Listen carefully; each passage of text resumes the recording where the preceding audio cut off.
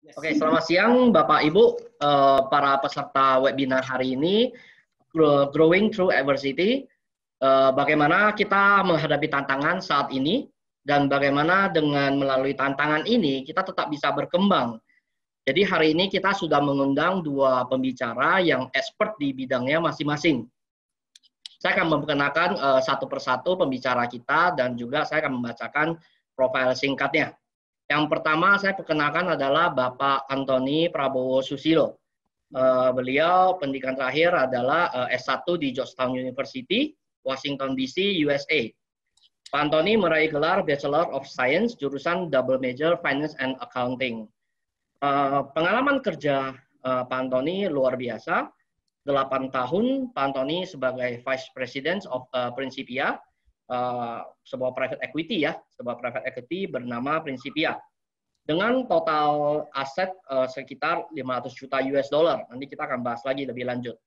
Sebagai informasi buat teman-teman peserta, yang dimaksud dengan private equity adalah perusahaan investasi yang bergerak di bidang penanaman modal dari asing masuk ke perusahaan-perusahaan lokal di Indonesia. Sebagai informasi juga, Principia adalah private equity yang diketuai oleh Bapak Thomas Lembong. Beliau adalah mantan menteri sebagai Menteri Perdagangan, dulu pernah menjabat sebagai Menteri Perdagangan, dan juga sebagai Kepala BKPM di Kabinet pertama Presiden Jokowi. Jadi dalam perjalanan karir Pak Antoni selama 8 tahun sebagai Vice President di Principia berhasil menggalang dana sebesar 500 juta US dollar atau sebesar 8 triliun rupiah. Beberapa investasi terkenal yang dilakukan oleh Pak Antoni dan beserta tim diantaranya adalah investasi di bioskop Blitz Megaplex yang dulu sebagai Blitz Megaplex sekarang dikenal sebagai nama CGV Bioskop. Lalu juga ada investasi di tambang batubara Adaro, investasi di pabrik besi dan perusahaan-perusahaan lain. Nah, saat ini Pak Antoni menjabat sebagai CEO dari Indonesian Paradise Property, TBK, atau yang disebut sebagai The Paradise Group, dan juga menjabat sebagai Vice President dari PT Plaza Indonesia Realty TBK. Kita sapa dulu Pak Antoni. Pak Antoni, selamat siang. Selamat siang, Pak Regen. Ya, selamat siang. Terima kasih Pak Antoni. Saat ini meskipun sedang di di Singapura ya Pak ya, masih bersedia temani kita. Terima kasih Pak. Ya, pasti. Oke, saya akan lanjut ke pembicara yang kedua. Pembicara yang kedua adalah salah satu tokoh properti yang sudah cukup senior. Beliau adalah Bapak Darmadi Dharma Wangsa. Sekilas pendidikan beliau terakhir adalah S2 di MIT University, Cambridge, USA. Meraih gelar Master of Science Degree in Civil Environmental Engineering. Pengalaman kerja Pak Darmadi juga luar biasa. Dari tahun 2008 sampai sekarang, menjabat sebagai Presiden Director of Era Indonesia. 2015 sampai sekarang menjabat sebagai Dewan Kehormatan DPP RIB, dan juga 2016 sampai sekarang menjabat sebagai Wakil Ketua Komite Tetap Pengembangan Jasa Properti Kadin Pusat. Lalu sebelumnya Pak Darmadi juga sempat menjabat sebagai Ketua Umum DPP RIB selama 2 periode. Selamat siang Pak Darmadi. Selamat siang semuanya. Selamat siang Pak. Oke, pertanyaan pertama saya akan menuju ke Pak Antoni. Pak Antoni, ini kita ingin menanyakan, apa pandangan Pak Antoni terhadap positioning Indonesian Paradise Property TBK di posisi market saat ini? Apa pandangan Pak Antoni? Oke. Nanti ada satu lagi, mungkin yang pertama dulu boleh. Oke, boleh. Mungkin di sini saya pertama-tama saya mengucapkan selamat datang kawan-kawan. Terima kasih banyak ya Pak Darmadi atas kehadirannya, seorang luar biasa sekali, seorang veteran dunia properti. It is really an honor to have you as our first guest and hopefully as our first series of webinars ya Pak Darmadi. Dan juga ini juga menjadi suatu perkenalan atas untuk relationship kita yang harapannya panjang terus ke depannya Pak ya. Dan juga saya mau mengucapkan terima kasih atas audiens yang sudah dial in pada webinar di siang hari ini yang sudah mendekati 200 ya. Customer dan potential customer, rekan-rekan agent kami dari seluruh Indonesia, terutama juga di Makassar, dan juga kawan-kawan yang dial-in untuk belajar sedikit mengenai konteks dan nuansa terhadap industri properti dan juga ekosistem antara developer dan property agency di zaman sekarang ini. Bahwa INPP ini, Indonesian Paradise Property ini, is the best property company you probably have never heard of. Gitu. Nah, jadi apa namanya, untuk mengerti sebenarnya bagaimana kita bisa melalui masa-masa krisis, ini penting sekali untuk kita sedikit meluangkan waktu untuk mengenal sebenarnya. Saya sebenarnya nggak mau share terlalu banyak pengalaman, tapi menurut pendapat saya baik sekali dan penting sekali untuk rekan-rekan kami juga ya, seperti tim dari ERA dan juga rekan-rekan property agency untuk juga mengenal sebenarnya INPP itu apa sih yang what do we do and how do we get to where we are right now, ya. Jadi Indonesian Paradise Property ini sebenarnya sebagai perusahaan sudah berdiri kira-kira dari awal tahun 2000. Namun sebenarnya kalau lihat sejarahnya memang kita bermulai 30 tahun lalu saat founder kami itu membangun Plaza Indonesia di Jakarta. Semua orang mungkin sudah kenal aset-aset kami, tapi namun belum begitu mengenal perusahaan kami sendiri gitu. Nah, jadi company profile kami itu sebenarnya apa sih? What is it that we do? We are here to develop and operate iconic lifestyle destinations in Indonesia's greatest cities. Itu mission kita simple. 4 tahun lalu kita rangkum semuanya apa. What is it that we do? We develop and operate iconic lifestyle destinations in Indonesia's greatest cities. Gitu ya. Nah, jadi kita make money in 3 different ways. Ya, pertama adalah komersil. Mungkin di sini bisa dikatakan belum banyak orang mengenal Indonesian Paradise Property Tbk, tapi mungkin sudah cukup banyak yang mengenal aset-aset kami. Seperti Plaza Indonesia, The Plaza Office Tower, kami baru membangun 23 Pascal di Bandung, Pascal Hyper Square, Beachwalk Shopping Center yang di Bali, dan juga FX Development. Sebenarnya kami ini dari tahun 2000-an memang lebih dikenal sebagai retail developer. Nah, kita kira-kira mengontrol 240.000 Grade A retail space di Bali, Bandung, dan Jakarta. Ya. Lalu kaki kedua kami adalah hospitality. Sebenarnya INPP sendiri ini baru berdiri sebagai the founding company of Harris Hotels di Indonesia, yang kita kenal sebagai Harris Hotel sekarang. Jadi founder kami Pak Boyka Gozali, serta juga dengan co-founder dari Tauzia Hotel Management itu Pak Mark Steinmeier membangun the first Harris Hotel in Indonesia. Saya bisa bercanda, saya katakan the first Harris Hotel in the world, karena baru buka satu di Malaysia. Jadi memang kita nih awalnya Pak kawan-kawan kita mulai itu dari Harris Hotel. Tapi dengan berjalannya waktu kita sudah pivot dari mulai hanya hotel di tahun 2020 ya. Lalu di tahun 2010 sampai 2000 dari 2000 sampai 2010, lalu 2010 sampai 2020 kita mulai mempivot untuk mengisi aset INPP kami dengan retail aset kami. Salah satu contohnya adalah kami founder kami mengkonsolidasi crown jewel-nya Plaza Indonesia sebagai full subsidiary of INPP di tahun 2015 sebenarnya. Disinilah di saat sebenarnya INPP baru berkembang sebagai perusahaan properti yang cukup sizable menurut pendapat saya ya. Jadi portfolio kami juga tercover dari 13 hotel, 9 hotel brand, dari mulai Grand Hyatt, Sheraton, sampai Pop Hotel Bintang 2 di Jogja, Sangaji. Ada 2.400 kamar hotel di Jogja, Makassar, Bali, Batam, dan Jakarta sebenarnya. Nah, topik pembicaraan kita hari ini adalah sebenarnya bisnis kaki ketiga kami. Kaki bisnis ketiga kami adalah penjualan residences. Sebenarnya kami ini bisnis yang memang sebagian besar tumbuh dari recurring revenue. Namun kira-kira 3-4 tahun lalu, kami memutuskan untuk melakukan suatu evolusi, yaitu diversify our source of revenue untuk juga mengcover apartemen. Nah, disinilah sebenarnya mandat kami adalah untuk kenapa sebenarnya orang nggak banyak kenal INPP, karena kami dalam membangun hotel dan mall sebenarnya nggak perlu dikenal INPP-nya itu siapa. Karena kita produk kami tidak menyentuh customer. Karena biasanya kan produk kami itu kan dikenal Beachwalk. Orang kenal Beachwalk, tapi orang nggak kenal INPP. Orang kenal Plaza Indonesia, tapi orang tidak perlu kenal INPP. Itu The Paradise Group. Orang kenal misalnya Hotel Sheraton, tapi mereka tidak perlu kenal Paradise Group. Namun, dengan sekarang kami mulai masuk ke sektor properti penjualan, orang yang ada di benak pembeli sekarang adalah bukan hanya harganya berapa, lokasinya di mana, tapi juga penting sekali siapa yang membangun, siapa figur di belakang development ini. Nah, disinilah kami baru mulai menyadari betapa pentingnya kami untuk mulai memiliki sedikit market presence. Dan ini pembelajaran evolusi kita bersama, Pak Darmadi ya, karena ini juga suatu anak bisnis yang cukup baru sebenarnya. Meskipun kalau seperti saya pernah katakan sebelumnya, semua developer yang bisa bangun hotel bintang 5, pasti bisa bangun apartemen. Karena hotel bintang 5 di-deliver fully furnished dengan segala interiornya sesuai dengan standar internasional. Namun kalau apartemen kita deliver semi-furnished. Gitu. Jadi sebenarnya secara capability bisa.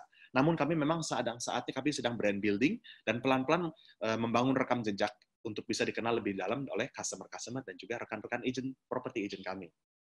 Nah, dari sinilah saya mau mengatakan sedikit skala daripada bisnis INPP ini ya, Paradise Group ini. Meskipun produk kami sudah banyak dikenal, namun belum terlalu banyak yang mengenal holding grupnya. Tapi ternyata secara size dari market kapitalisasi perusahaan INPP ini, kami tidak terlalu kecil sebenarnya. Setelah pengkonsolidasian Plaza Indonesia dan lain-lain, kami ini size 9 triliun secara market cap equity kami. Dan betapa orang-orang kadang-kadang di dunia properti sedang kejar recurring revenue. Kenapa dikejar recurring revenue? Karena di satu masa-masa yang cukup sulit di dunia properti dalam 4, 5, 6 tahun terakhir, sebenarnya kami tetap bisa grow aset kami sampai 4 kali lipat dan income kami sampai 5 kali lipat. Nah, disinilah kekuatan-kekuatan kenapa pondasi daripada kita membangun suatu property company atas recurring revenue itu sebenarnya sangat kuat, sangat baik. Gitu. Jadi kami tidak pernah membangun purely hanya berharap dengan pre-selling. Kedua, I'm happy to report juga, meskipun mungkin belum terlalu banyak yang mengenal kami, tapi kami sudah di-note oleh Forbes Indonesia sebagai 50 best of the best companies 3 years in a row dari tahun 2016, 2017, dan 2018. Ini 50 best of the best, dan kita pemenang quite prestigious trifecta, karena menang 3 tahun berturut-turut. Nah, kami bisa mencapai semua ini dari 3 bisnis unit kami, yaitu tadi saya rangkum kembali, dari 6 commercial property ya, Plaza Indonesia, Beachwalk, dan Pascal, serta dari 240.000 net leasable area kami, dan juga 9 hotel brand, 13 hotel kami, dan 2.400 kamar hotel, dan juga baru ada 3 project residences kami, dengan jumlah unit yang hanya 600 unit di seluruhnya, dan total sellable area yang tidak lebih dari 45.000. Jadi ini adalah suatu bisnis unit kami yang paling baru, paling mudah, dan ini yang kita sedang perkenalkan untuk bawa ke market. Nah, tadi pertanyaan Pak Regen, kembali saya ke isi dari pertanyaan Pak Regen. Bagaimana kami bisa mempersiapkan, melihat posisi diri kami, dan bagaimana kami bisa mempersiapkan perusahaan kami, dan juga proyek-proyek yang kami sediakan untuk ke depan. Saya tadi kembali ke bicara size, ya. Saya di sini saya paparkan 9 largest property listed companies by market capitalization. Kita bicara tapi tahun 2000 ini per tahun 2019 sekarang ya. Sekarang ini kalau Bapak lihat ke stock market. Penilaian perusahaan itu beragam macam, tapi yang Bapak lihat akan seperti ini. Bapak lihat bahwa INPP dengan market kapitalisasi 8 triliun, serta anak perusahaan kami, Plaza Indonesia dengan market kapitalisasi yang 8 triliun juga. Ternyata kami sendiri secara combine di bawah perusahaan INPP, collectively ada 16 triliun market kapitalisasi. Jadi yang orang tidak sadari, dan memang bukan agenda kami ya untuk membesar-besarkan nama, sebenarnya kami tidak terlalu kecil. Dan kekuatan dari resilience daripada recurring revenue kami di sinilah yang ternyata muncul. Mungkin orang nggak pernah nyadar, nggak pernah lihat. But that's okay. It's a work in progress, dan ini adalah seri webinar ini adalah salah satu daripada step-step kita untuk saling kenalan ya Pak Darmadi ya. Ya, dan ini sedikit dari cuplikan market kapitalisasi secara size. Saya mau share di sini juga sekilas, ini kayak saya supaya data tidak lompat-lompat, saya ambil data yang sudah keluar dari annual report dari masing-masing perusahaan, dan ini juga kami dapatkan dari research report. Bahwa kami di sini adalah perusahaan, sebenarnya salah satu perusahaan TBK property listed terbesar dengan recurring revenue dependency terbesar di market. 90%. Jadi, the way we are, how to get to where we are, bukan karena pre-selling. Karena kami setiap dolar yang kami bangun ke tanah itu, kami seperti hotel dan mall kan tidak bisa kita lakukan pre-selling ya. Jadi $100 yang saya bangun, saya tunggu pelan-pelan 7-8 tahun untuk kembali modalnya. Disitulah baru saya reap the profit. Belum pernah kita bangun hotel, udah pre-selling, udah self-funding sendiri gitu. Jadi itu kulturnya INPP itu demikian. Kita menanam modal ke dalam properti kami, aset-aset kami. Lalu kedua di sini adalah, tadi seperti poin yang pernah saya katakan adalah, salah satu segmen bisnis kami yang berkembang paling cepat adalah property sales kami. Yang di tahun 2018, kira-kira mengkomposisinya adalah 9% dari total omset kami, sekarang menjadi 17%. Sudah hampir double every year ya. Dan di sini rencana kami adalah untuk menjaga di property sales kira-kira 30%. Karena kami harus tetap true to our stealth nature, yaitu kami adalah recurring revenue business. Dan di sini juga akan menjadi pondasi kuat kami untuk semua proyek-proyek development kami ke depan. Di mana kami tidak hanya fully reliant on pre-selling. Nah, jadi itu dinamika mengapa pendapat saya recurring revenue itu adalah menjadi pondasi yang sangat kuat ya untuk membangun suatu property development. Dan ini disinilah kami akan mulai kita berbicara sekarang untuk sebagai grow up ya property developer and grow up, kita akan mulai bersilat berkompetisi di dunia percaturan properti ini dengan kungfu dua tangan. Kita nggak cuma kungfu satu tangan recurring revenue, tapi kita sekarang juga akan lakukan property sales. Oke. Antoni. Ya, ini nanti saya akan tanya lagi berikutnya mengenai masalah bagaimana developer properti menghadapi krisis COVID sekarang ini. Tapi sebelum ke sana, saya akan bertanya dulu ke Pak Darmadi. Pak Darmadi, sekarang ini kan kita boleh dibilang kalau tadi juga kita sempat diskusi di awal ya sebelum forum ini mulai bahwa pemerintah kelihatannya sudah akan segera memulai ekonomi, memulai kegiatan di awal bulan depan, harapan terbaiknya tentunya. Nah, ini yang teman-teman agent dan juga mungkin para customer yang juga kepengen tahu sebenarnya Pak. Sebenarnya itu adalah tantangan utama, kita nggak bicara sekarang. Kalau sekarang udah ketahuan tantangannya adalah teman-teman agent kesulitan menemui konsumen karena ada aturan ini itu. Justru adalah yang kita tahu adalah setelah post-COVID ini, Pak. Ini teman-teman agent harus lakuin apa agar mereka tidak ketinggalan dibandingkan dengan kompetitor teman-teman yang lain. Iya, terima kasih Pak Regan. Luar biasa tadi paparannya dari Pak Antoni ya. Pertanyaan Bapak ini, saya nggak pernah dapat pertanyaan ini, tapi pertanyaan bagus. Mengingatkan saya sama ayah saya pernah mengatakan, 今天的事今天做，明天还有很多工作. Jadi artinya hari ini punya masalah cukup untuk hari ini ya. Setelah COVID nanti babak berikutnya saya rasa tidak ada satu orang pun bisa tebak dunia ini akan berlari seperti apa. Oleh sebab itu topik kita punya diskusi webinar hari ini kan adalah growing through adversity ya. Dan saya tadi dengar IPPN itu juga sebenarnya growing through adversity ya. Ambil contoh bisa mencari kerjasama dengan mungkin aset-aset tertentu yang di dalam kondisi tertentu berat tetapi bisa disulap, dan bahkan di dalam kondisi seperti sekarang ini mereka, saya lihat IPPN ini sangat stabil, sangat kuat untuk siap bisa lompat keluar situ. Nah, saya selalu punya perasaan adalah masa-masa sulit itu sebenarnya menunjukkan siapa yang kuat, siapa yang lemah.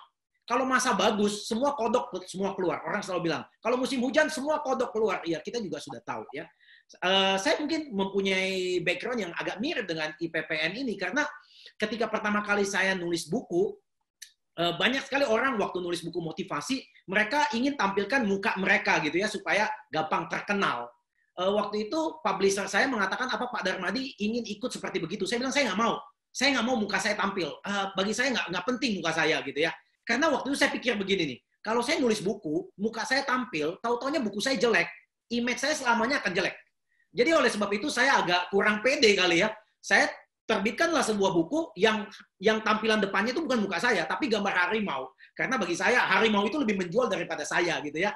Kalau bukunya jelek, salahin aja harimau. Menurut saya begitu. Ya, ternyata buku itu jadi bagus.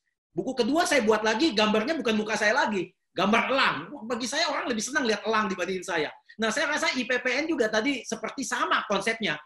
Anda mungkin tahu banyak hotel-hotel branded, tapi Anda nggak tahu siapa yang punya, gitu kan ya. Karena bagi yang punya mungkin nggak terlalu penting untuk tahu saya dulu, tapi Anda lihat dulu kualitas saya.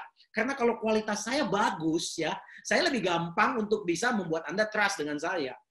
Jujur nih, saya bilang kalau IPPN ini latar belakangnya bermain di komersial, ya, di hotel, ya, di mall, atau seperti itu ya, mereka sudah ngerti A sampai Z. Mereka bukan hanya ngerti bagaimana bangun properti, kemudian delivery. Mereka ngerti bagaimana bangun properti, maintain propertinya, manage service-nya, sampai orang yang tinggal itu terus bisa ngikut dia gitu. Jadi sebenarnya IPPN ini lengkap sekali, apalagi tadi saya lihat recurring income-nya 90% dari recurring income. Saya rasa semua TBK properti di Indonesia pengen banget punya recurring income sebesar itu. Karena tadi benar, orang kalau jual tanah, jual 1, 2 T, dapat duit. Tapi duitnya kan juga nggak bisa ambil semua. You mesti beli tanah lagi. By the time you beli tanah, harganya sudah naik lagi. Jadi kata developer, banyak ngomong sama saya, kita nih developer, ditakdirkan untuk jadi kaya, ujung-ujungnya jadi nggak punya duit. Kenapa? Punya duit, punya tanah, dijual 1.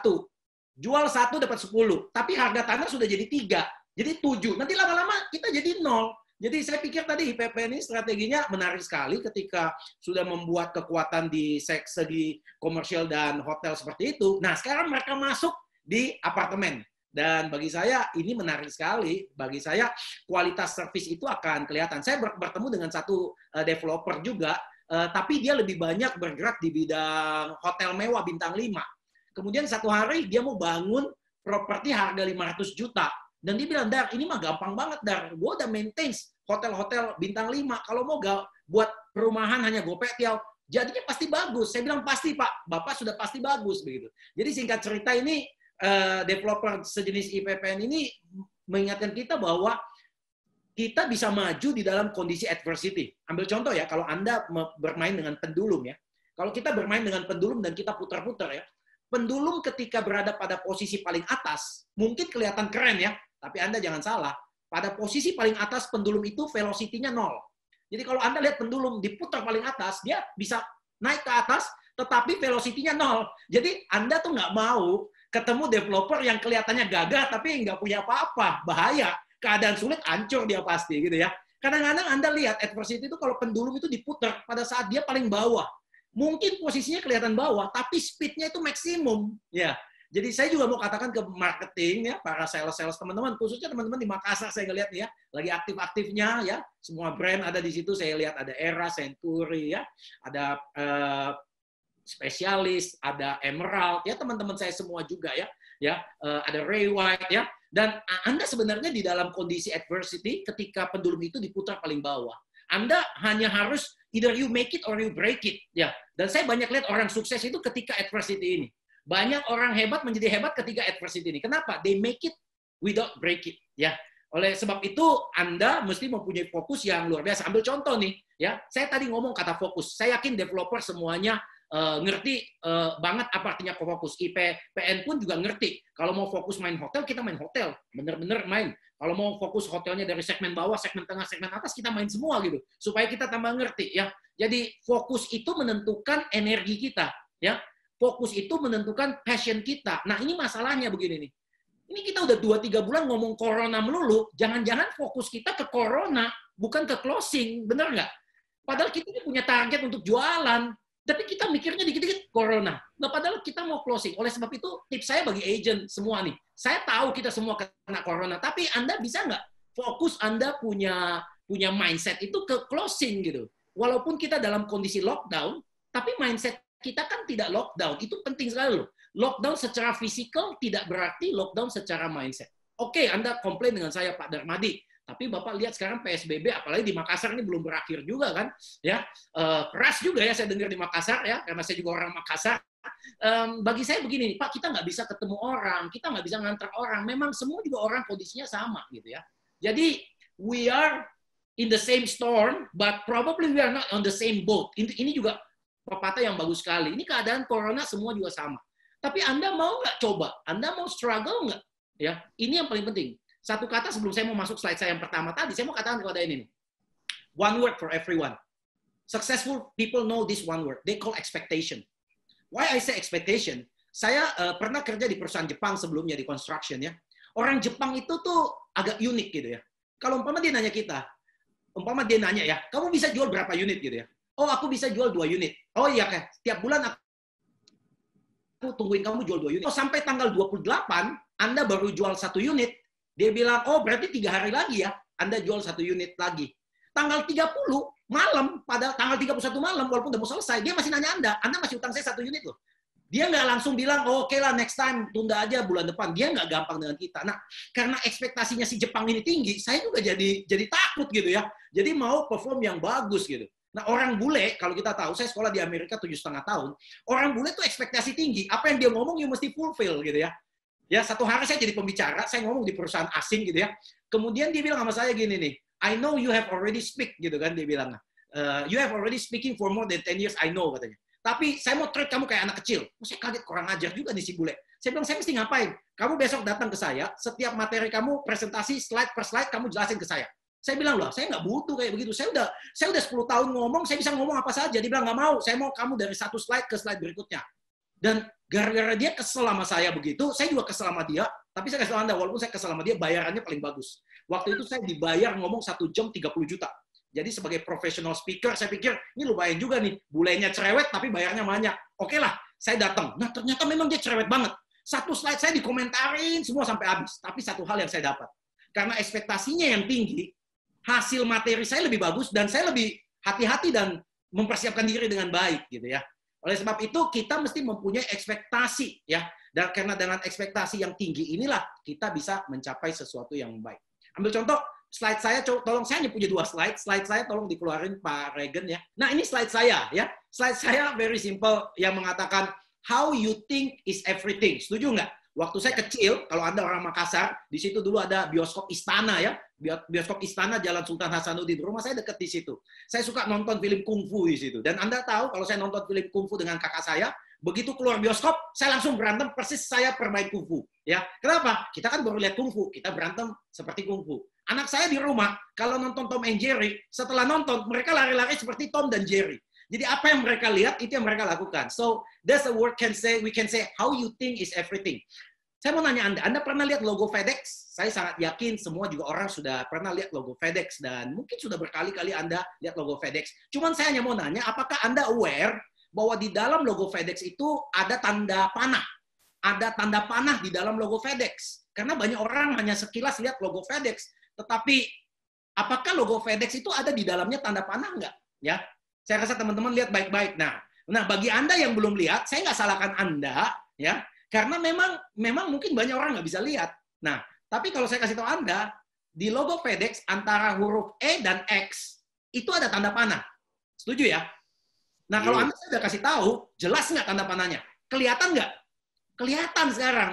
Nah, kalau Anda tanya saya, Pak, kenapa pertama kali saya tidak lihat? Of course. Karena kata-kata FedEx ini semuanya berwarna. Anda lebih fokus sama yang warna daripada yang putih.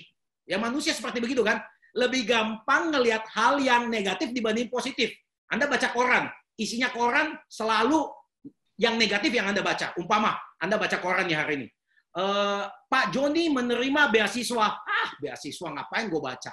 Umpama, wah, Pak Andi dipukulin orang, dikeroyokin. Wah, ini Anda baca nih. Ya, fokus Anda tuh lebih gampang lihat negatif dibanding positif. Sama, FedEx ini Anda lebih gampang lihat huruf FedEx dibanding tanda panah ini. Poinnya sama.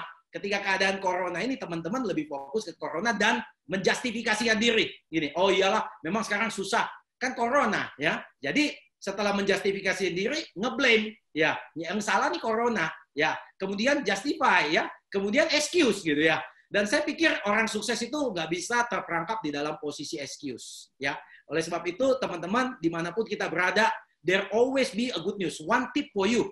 Pertanyaan ini tiba-tiba come up. The only easy solution untuk kita bisa survive di dalam kondisi begini. Cari teman-teman yang positif. Cari teman-teman positif. Kalau Anda mau kelihatan gemuk, Anda main dengan orang-orang kurus. Kalau Anda mau kelihatan langsing, Anda main dengan orang-orang gemuk. Ya. Tetapi kalau Anda mau sukses, Anda harus main dengan orang-orang sukses. Ya, itu bedanya ya. Nah, Anda cari beberapa orang sukses, kemudian Anda buat grup dengan mereka, Anda belajar dengan mereka. Sebenarnya Anda hadir hari ini di webinar, sebenarnya ada eagerness Anda untuk mau belajar sesuatu. Nah, saya sudah ajukin jemput untuk Anda kalau Anda sudah ikut. Dan begitu banyak webinar yang luar biasa, saya pengen Anda stay tune, sehingga pada saat COVID ini berakhir, Anda sudah siap nih. Siap apanya? Mindset-nya. Mungkin itu dulu Pak Regen saya bagikan. Ya, terima kasih. Tadi saya ada note satu kalimat dari Pak Darmadi, yaitu kita berada di badai yang sama, Pak. Cuman kita di kapal yang berbeda. Ya, ini masalah mindset. Benar, Pak. Benar sekali, Pak. Oke, saya kembali ke Pak Antoni untuk pertanyaan berikutnya. Bagaimana, Pak, perusahaan developer seperti INPP, Indonesian Paradise Property, dalam mempersiapkan diri untuk menghadapi COVID krisis seperti ini? Kita tahu bahwa banyak sekali sektor yang kepukul, salah satunya adalah properti. Nah, itu bagaimana persiapan INPP dalam menghadapi krisis COVID ini, Pak? Oke. Mungkin saya share sedikit filosofi saya, pendapat saya gini. Ini tadi mungkin berarsiran juga sama tadi beberapa materi yang saya share ya. Ini yang kalau misalnya kita bicara orang spiritual tuh, you have to build your house on solid foundation. Yes. Itu kita bicara ya, begitu banyak, bukan hanya tipe bisnis, tapi cara menjalankan bisnis ya. Kita bicara begitu banyak startup sekarang, wah luar biasa itu kesannya. Itu orang gimana kok bisa baru jalan 6 bulan udah $10 million, $20 million, $50 million, $100 million gitu ya. Tapi semuanya di bawah itu foundation mereka adalah they're standing on sinking sand. Karena mereka berdiri di atas cash burn. Nah, disinilah sebenarnya yang membedakan nanti dari startup-startup ini juga ya, dengan bisnis model mereka yang cash burning ini. Mereka baru nyadar sekarang, when liquidity drops and who has been swimming with their trunks down. Nah, jadi kita bicara sekarang kembali build your house on solid foundation, itu cash is king. Kita bicara cash is king and cash management is everything at this point. Gitu. Nah, itu satu, makanya itu kalau itu ilmu bisnis very simple pokoknya. You have to build solid and cash is king. Satu. Kedua, kita hidup tuh nggak boleh, jangan melawan arus. We have to embrace the change. Ini yang saya belajar daripada krisis ini. Ini kan banyak orang bertanya soal pivot, misalnya. Kalau nggak salah, saya tadi lihat ada Q&A juga, ada berbicara soal pivot ya. Kalau misalnya kita berbicara, karena saya kebetulan saya juga, background saya multi-industri. Jadi saya sempat melihat bisnis-bisnis yang cukup berbeda. Cara bisnisnya mau bicara manufacturing, kita mau bicara entertainment, kita bicara property development. Kalau menurut pendapat saya, hal-hal krisis-krisis seperti ini, itu krisis tidak merubah arah momentum. Tapi krisis mempercepat momentum. So it does not change, it does not pivot, it accelerates. Kita bicara hal-hal yang day to day kita bicara. Online versus online meeting seperti ini. Sebenarnya saya dari industri lalu, dibicara dunia finance, video conference sudah dipakai dari 8 tahun lalu sebenarnya. Cuman di dunia industri awam tuh belum dilakukan. Kenapa? Bukannya nggak bisa, nggak biasa. Gitu kita katakan kultur. Orang-orang Singapura udah sekarang udah kemana-mana udah dulu mah kalau meeting mah lugas pakai conference bilang, tapi orang Indonesia maunya ketemu meeting. Kayaknya kalau ketemu direksi, kalau nggak meetingnya ketemu tuh rasanya nggak enak gitu. Saya jujur bicara di company kita itu tuh baru bawa video conference tahun 2016. Kita beli itu dulu, kita spend tuh 70 juta tuh per itu ya. Sekarang beli handphone Samsung udah bisa video conference. Itu begitu cepatnya gitu. Nah, sekarang kita lihat di sini sebenarnya. Saya katakan, saya kebetulan kemarin di Singapura. Saya masuk ke Singapura, saya di karantina 14 hari, Pak. Saya di penjara dalam hotel. Kalau nggak ada Zoom, saya gila, Pak. Untung di teman-teman sama kawan-kawan saya, Pak Regan, semua di kantor, seperti itu. Jadi, tapi kita lihat apa?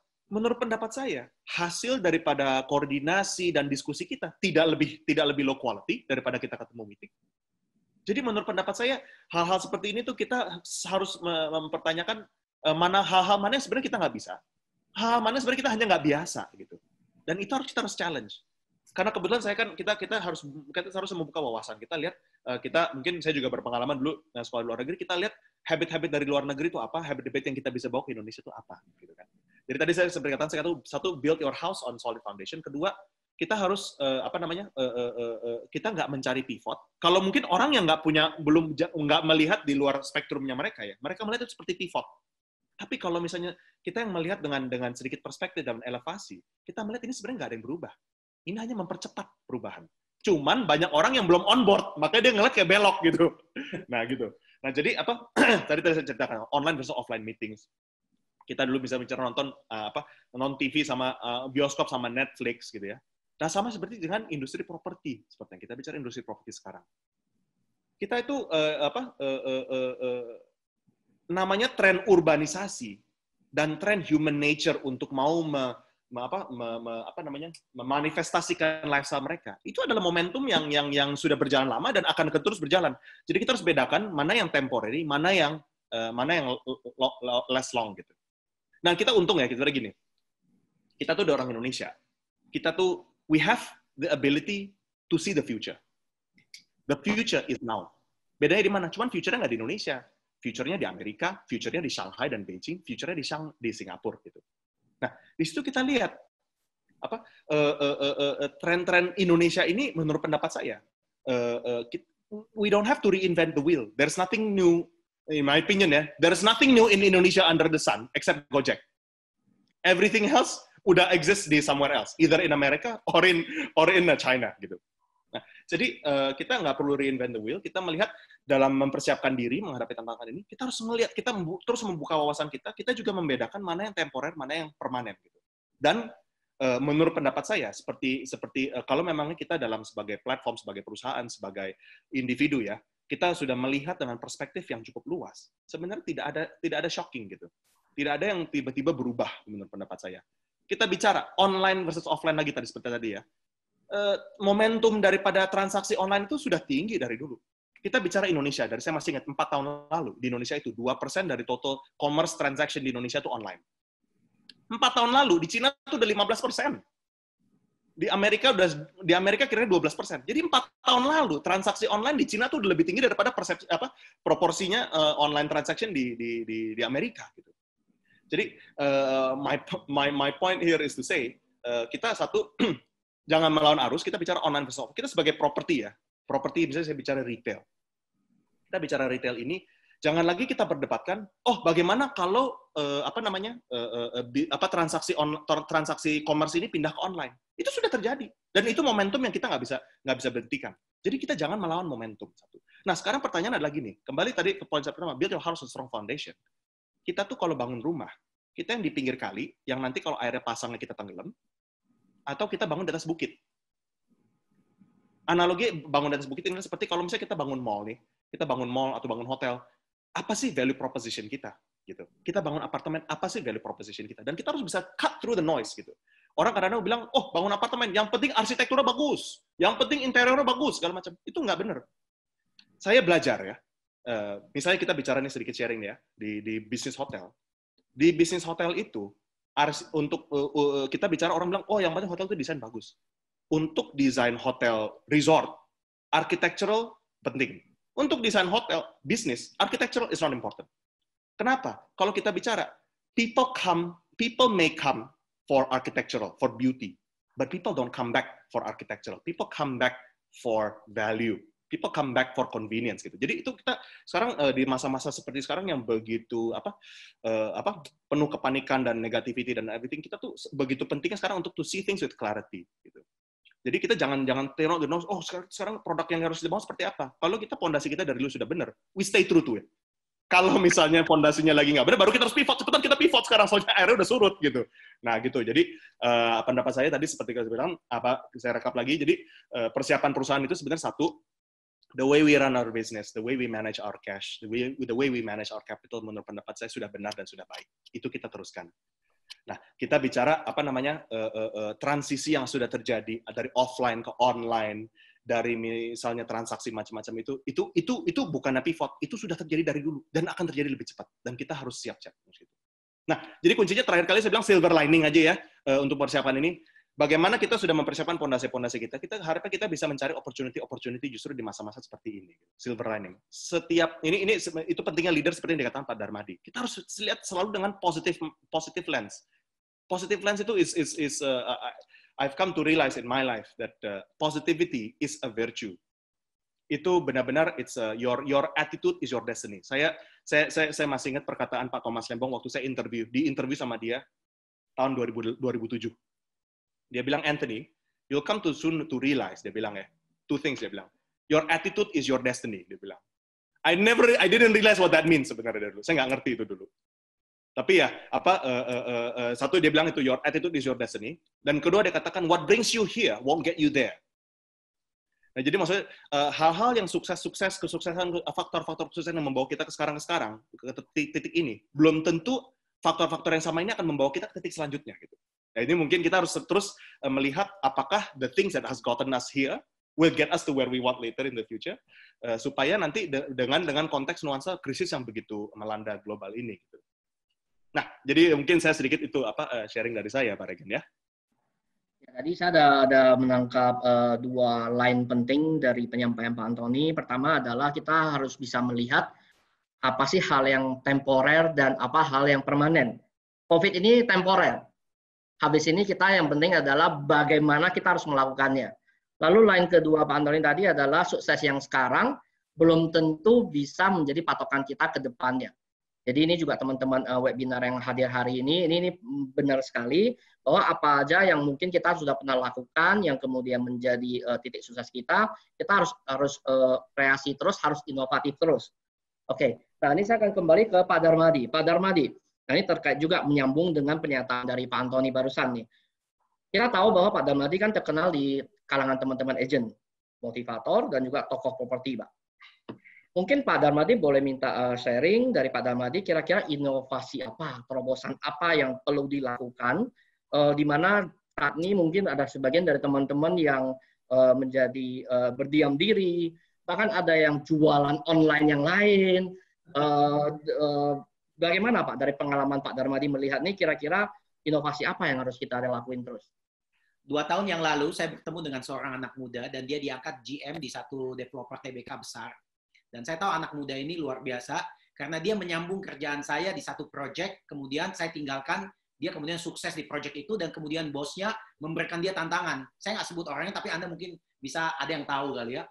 Anak muda ini ditempatkan di satu project jauh sekali dari Jakarta, proyeknya namanya Citra Maja, ya. Dan kebetulan bos saya juga punya tanah di situ.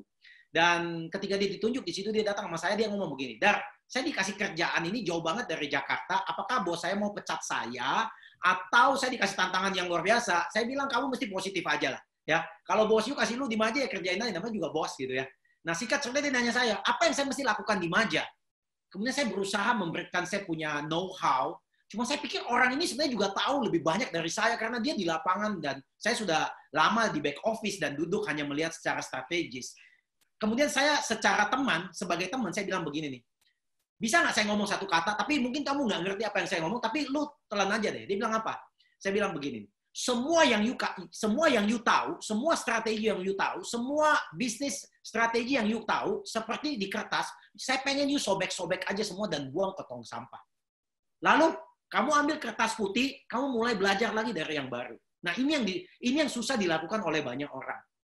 Ya, saya kadang-kadang, saya udah lulus sekolah mungkin hampir 20 tahun lebih ya. Dan kadang-kadang banyak orang seperti saya juga yang kadang-kadang pikir bahwa saya itu masih bisa sukses lebih besar lagi dengan latar belakang sekolah saya. Ternyata enggak. Karena saya katakan di dunia zaman sekarang, bukan orang yang pintar yang sukses, tetapi orang yang mau belajar lagi itu adalah orang yang sukses. Karena apa yang kita belajar 20-30 tahun, itu sudah lewat. Semua orang juga udah tahu, juga ada hebatnya lagi. Oleh sebab itu, Bapak tadi nanya saya bahwa inovasi adalah suatu proses bagaimana kita membuang semua apa yang kita tahu, kemudian kita mulai lagi dari nol. Kita buang semua glory yang pernah kita dapat sebelumnya, kemudian kita mulai dari nol. Agent property ngerti sekali dengan hal ini. Di tahun 2019, mereka bisa jual yang banyak, yang bagus, komisi dapat bagus. Tapi begitu masuk 2020, itu mulai dari nol lagi. Everyone start from the starting point lagi. Ya, oleh sebab itu tadi saya ngomong expectation, saya kasih contoh tadi saya lupa ceritakan bahwa saya akan mengundang satu pembicara yang luar biasa ya, namanya Pak Iwan Sunito, dan 1 Juni kita akan bicara on air. Nah, satu hal ketika saya minta dia bicara, dia ngomong sama saya begini, Dar, saya bukan pembicara sembarangan loh. Saya bilang, iya, saya tahu Bapak bukan pembicara sembarangan. Saya pengen kalau kamu ngadain webinar, yang nonton saya itu ratusan ribu. Ketika dia ngomong ratusan ribu, kaki saya gemeter. Karena saya bilang, zaman sekarang webinar bisa 1000 aja lumayan bagus gitu ya. Ya, tapi dia minta ratusan ribu. Ternyata saya ngerti orang ini. Dia membuat ekspektasi yang tinggi, sehingga saya jadi ketakutan gitu ya.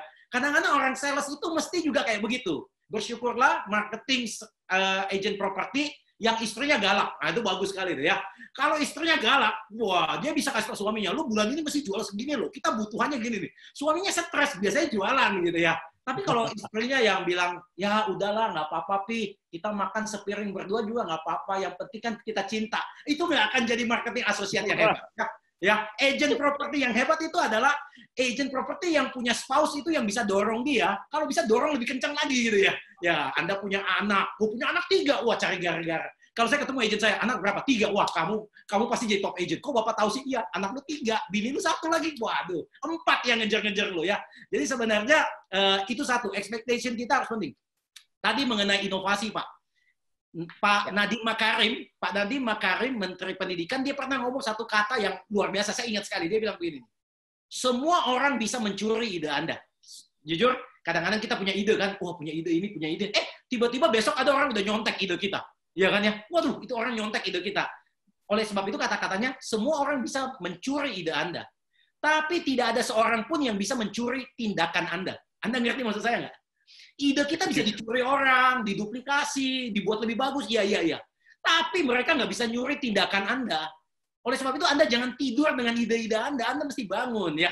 Inovasi yang paling menarik sekarang di dalam dunia saya adalah saya belajar dari salah satu pemegang franchise era yang di Singapura, namanya Mr. Harry Chua. Ini orang pintarnya minta ampun, kaya minta ampun ya. Very flamboyan ya. Dia punya rumah di atas bukit di Singapura, naiknya Lamborghini dan segala ya. Dan orang ini selalu mempunyai akal untuk bisa maju dalam berinovasi. Dia ambil contoh begini. Dulu dia yang punya, kalau Anda pernah dengar, ada satu perusahaan Amerika namanya semacam Wells Fargo. Ya, kalau ada perusahaan bank di Amerika namanya Wells Fargo. Dan dia ngambil brand franchise Wells Fargo ke Singapura. Dan dia pakai Wells Fargo itu sebagai bank untuk transfer uang. Karena banyak TKI Indonesia yang kerja di Singapura, mereka tuh kalau kirim duit kan susah. Nah, dia punya Wells Fargo. Wells Fargo ini yang bantu transfer, dia dapat komisi 3%. Nah, yang paling dia pernah cerita yang saya nggak pernah lupa, pada satu hari ada kejadian, orang Indonesia, money changer, ya berkeliaran di Singapura, tiba-tiba dirampok, ditembak di depan siang bolong begitu. Dan orang takut banget. Ternyata orang Indonesia ini kerjanya ambil koleksi uang-uang TKI, kemudian bawa ke Batam, kemudian transfer. Anda bisa bayangin nggak? Ini udah 15-20 years ago. Zaman dulu orang pindahin duit, nggak secanggih sekarang. Jadi begitu kejadian itu heboh di Singapura, hari itu juga Harry Chua pasang iklan di Straits Times bahwa dia mempunyai Wells Fargo, di mana yuk nggak usah kayak begini nih, cara kirim uang itu pakai wiring aja, pakai sistem kita, komisinya kecil kok. Dan khusus bagi Anda yang belum pernah jadi nasabah, 1 bulan pertama sekarang ongkos kirimnya gratis. Wah, langsung 1000 orang, rame minta ampun. Jadi ini orang pintar. Dia juga yang punya chain, dia ambil dari Hong Kong namanya Tim Ho Wan. Dia juga punya Tim Ho Wan, di mana orang ngantri panjang. Jadi orang ini ngajar saya begini, Dar, setiap kali ada masalah dan krisis, you mesti gunakan masalah krisis itu untuk kepentingan you. Nah, saya nggak pernah lupa dia ngomong itu. Dan apa yang saya lakukan adalah COVID. COVID menakutkan, setuju nggak? Kemudian saya webinar di Asia Pasifik, kemudian dari Singapura lagi yang punya ide begini. Saya kaget sekali, dia bilang, kita menawarkan kepada agen kita, jika sampai mereka kena COVID-19, masa karantina 14 hari, kita taruh di Hotel Shangri-La. Saya bilang, what? Agent property, bukan karyawan you, 14 hari, you taruh dia di Shangri-La, dan you kasih dia makan, 14 hari. Saya bilang, boleh nggak saya juga ikutan kena COVID? Saya bilang begitu ya. Tapi ketika dia cerita itu, selesai webinar, dari Jepang semua bilang, wah ini nggak mungkin bisa dilakukan di negara kita. Oh ini nggak mungkin dilakukan di negara kita. Hari itu saya tidur, kemudian saya ingat Harry Chua ini, kemudian saya bilang, ini bisa dilakukan di negara kita. Oleh sebab itu, besok saya keluarin program di era waktu itu, bahwa kalau ada marketing aktif, artinya dia closing minimum 1 unit tahun ini, kalau sampai dia kena COVID, 2 minggu, 14 hari saya akan tanggung makanannya. Ini nggak ada orang mau pikirin loh. Kalau dia masuk rumah sakit, saya keluarin uang 5 juta. Dan kalau dia sampai meninggal, saya keluarin uang 10 juta untuk orang ini. Kemudian saya mulai hitung nih, kayaknya yang kena di Indonesia ini nggak banyak ya. Nggak banyak, kan agent saya ribuan nih. Saya lihat kayaknya nggak banyak nih. Saya mulai hitung-hitung, saya berani nih. Nah, ketika saya hitung cepat, nah makanya saya bilang, kalau kita mau sukses zaman sekarang nih, kita mesti cepat. Kalau lambat kan orang lain sudah duluan. Saya keluarin program itu, dan Anda tahu apa yang saya dapat? Saya dapat empati dari saya punya sales dan kantor-kantor. Ada yang nangis telepon saya, Pak Darmadi, saya nggak sangka Pak Darmadi mikirin kita. Kemudian saya jelasin, Anda tahu uangnya dari mana? Bisnis lagi susah, bisnis drop 30%. Uangnya dari mana? Saya, manajemen, sampai bawah kita potong gaji kita. Kita potong gaji kita hanya untuk nyumbangin untuk yang kena COVID. Nah, saya kasih tahu, when you can touch people heart, ini seperti kayak recurring income. You touch people heart, you nggak usah tungguin dia. Karena banyak kompetitor saya suka komplain, Pak, agent saya seneng nyolong, Pak. Wah iya, itu susah, Pak, kalau orang nyolong gitu ya. But when you touch people heart and they feel it that you care, they will be with you forever. Saya tidak pernah lupa cerita dari jenderalnya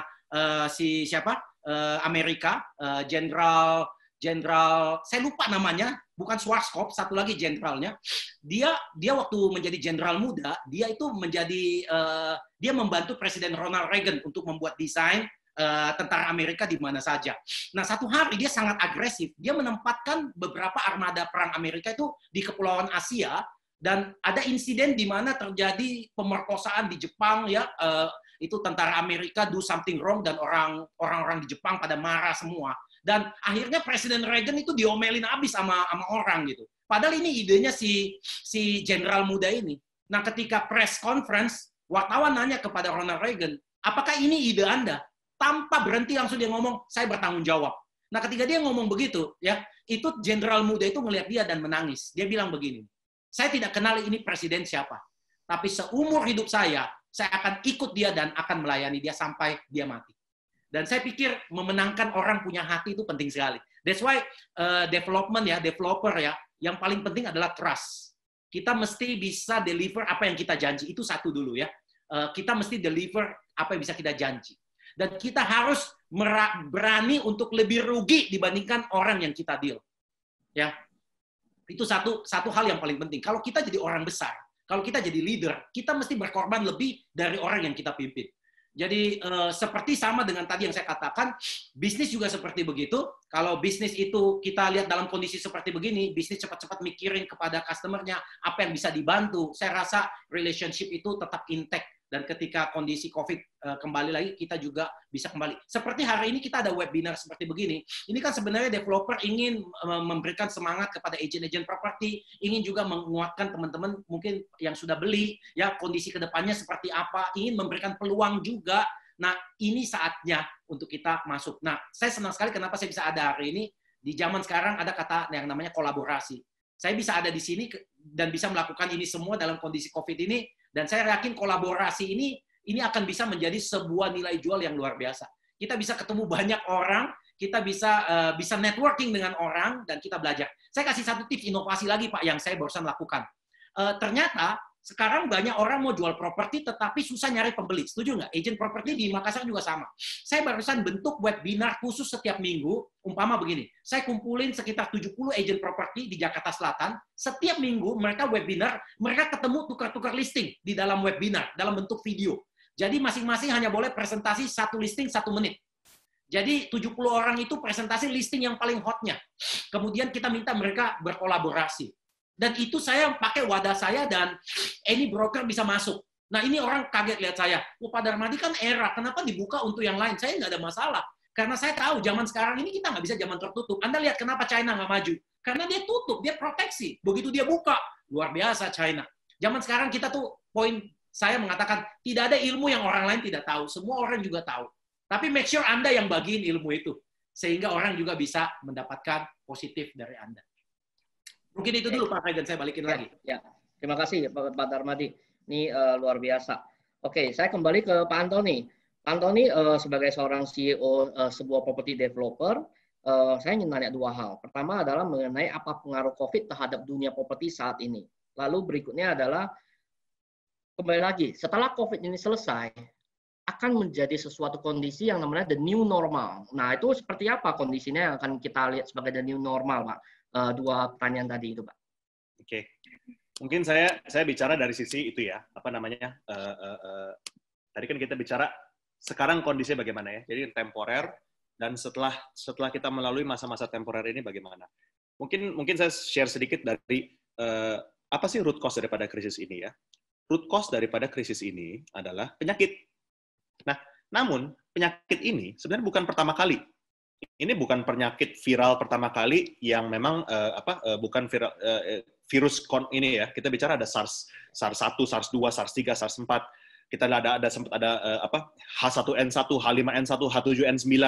Jadi ini kasarnya kayak Android update. Memang sudah di tiap 2 tahun tuh ada. Cuman kadang-kadang update-nya ada yang lebih signifikan, ada update-nya nggak signifikan. Nah, cuman kebetulan di sini adalah cross section di antara viral dan tidak viral gitu. Viralnya tuh cukup orang bilang tuh R3 ya, jadi rate of growth itu seminggu 3 bisa infeksi 3 orang gitu. Nah, ini yang saya sedikit share untuk kita sebagai masing-masing pegawai dan individu ya. Kita ini sekarang ini kalau saya berpikir simple. What is life going to be like pre-vaccine and what is life going to be like post-vaccine menurut saya. Karena kembali sebenarnya this is not the first time we've dealt it. It's just that this point is very viral dan vaksinnya belum ada. Kira-kira gitu ya. Kalau kita bicara vaksin itu berapa lama sih? Semuanya menurut pendapat saya adalah kira-kira mengatakan 12 sampai 18 bulan dari sekarang. Yang bisa memitigasi bagaimana kondisi secara makro antara sampai nanti vaksin ditemukan adalah curative treatment. Jadi kita bedakan dua ya. Satu adalah vaksin, di mana itu adalah preventif. Jadi semua orang yang nggak sakit jadi orang yang nggak pernah sakit jadi nggak sakit, dan orang yang sudah sakit bisa ditreat.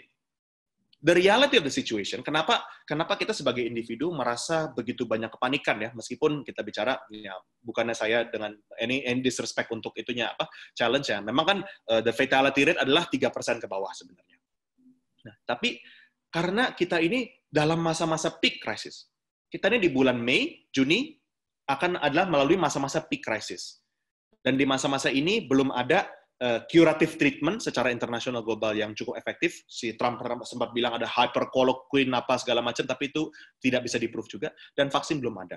Nah, namun saya tantang kalian sedikit berpikir, kalau vaksin sudah ditemukan dan curative treatment sudah ditemukan 6-9 bulan ke depan, seberapa panik saya akan menjadi? Seberapa panik saya sih sekarang, dan seberapa tenang saya sekarang, sebenarnya gitu ya. Jadi itu sekarang kita banyak hasil reaksi yang kita keluar sekarang ini, karena kita sekarang lagi like dark in the side of the tunnel, and we don't see yet the light at the end of the tunnel. But you know that the light will come, gitu. And just make sure you don't get it until you see the light, gitu ya. Nah, jadi sekarang saya lakukan, jadi saya nggak berpikir dari secara mana yang temporer, mana yang long term. Saya berpikir sebelum kita melihat light sama setelah kita lihat. Sebelum kita melihat light, memang sekarang the only defense we have for this COVID is only two: social distancing and contact tracing. Itu aja. That's the reality of it. Nah, karena kita belum ada solusi, makanya kita begitu banyak reaksi-reaksi yang kita juga belum tahu gitu, efektif apa tidak. Yang bisa kita ketahui per titik sekarang ini adalah secara global stimulus, kita jangan pusingin apa yang kita terima di WhatsApp. Di WhatsApp itu begitu panik, ada yang negatif, ada yang positif, ada yang negatif. Kita lihat institusi besar dunia bagaimana mereka bereaksi. The reality of the situation is seluruh negara besar di dunia ini sekarang mereaksikan coronavirus ini seperti kita ini lagi perang dunia ketiga. Negara Jepang menyisihkan dan merencanakan 20% dari PDB-nya untuk stimulus negaranya. Negara Amerika sudah meng-approve 10% dari PDB-nya untuk stimulus ini, dan akan dinaikkan ke 20%. Bayangkan, 20% dari ekonomi Amerika mau dijadikan dikerahkan menjadi stimulus untuk membantu subsidi dan lain-lain. Jadi ini kita bisa ketahui ini adalah kondisi yang sangat serius. Nah, dampak ke propertinya apa? Unfortunately, memang in temporary, menurut pendapat saya, 80% of the sectors out there will be very impacted. Saya kemarin bicara dengan Pak James Riyadi. Pak James Riyadi, rumah sakit aja, kamu pikir baik, rumah sakit itu jadi juga turun omsetnya 60%. Kenapa? Karena 80% dari omset mereka itu bukan hanya bukan urusan BPJS begini. 80% dari omset mereka itu datang dari elective treatment seperti operasi kanker, seperti operasi jantung yang sekarang jadi menghilang. Gitu. Nah, jadi kita bicara semua sektor sekarang memang sedang terpukul. Nah, sekarang kita tinggal bicara, saya nggak terlalu muluk-muluk.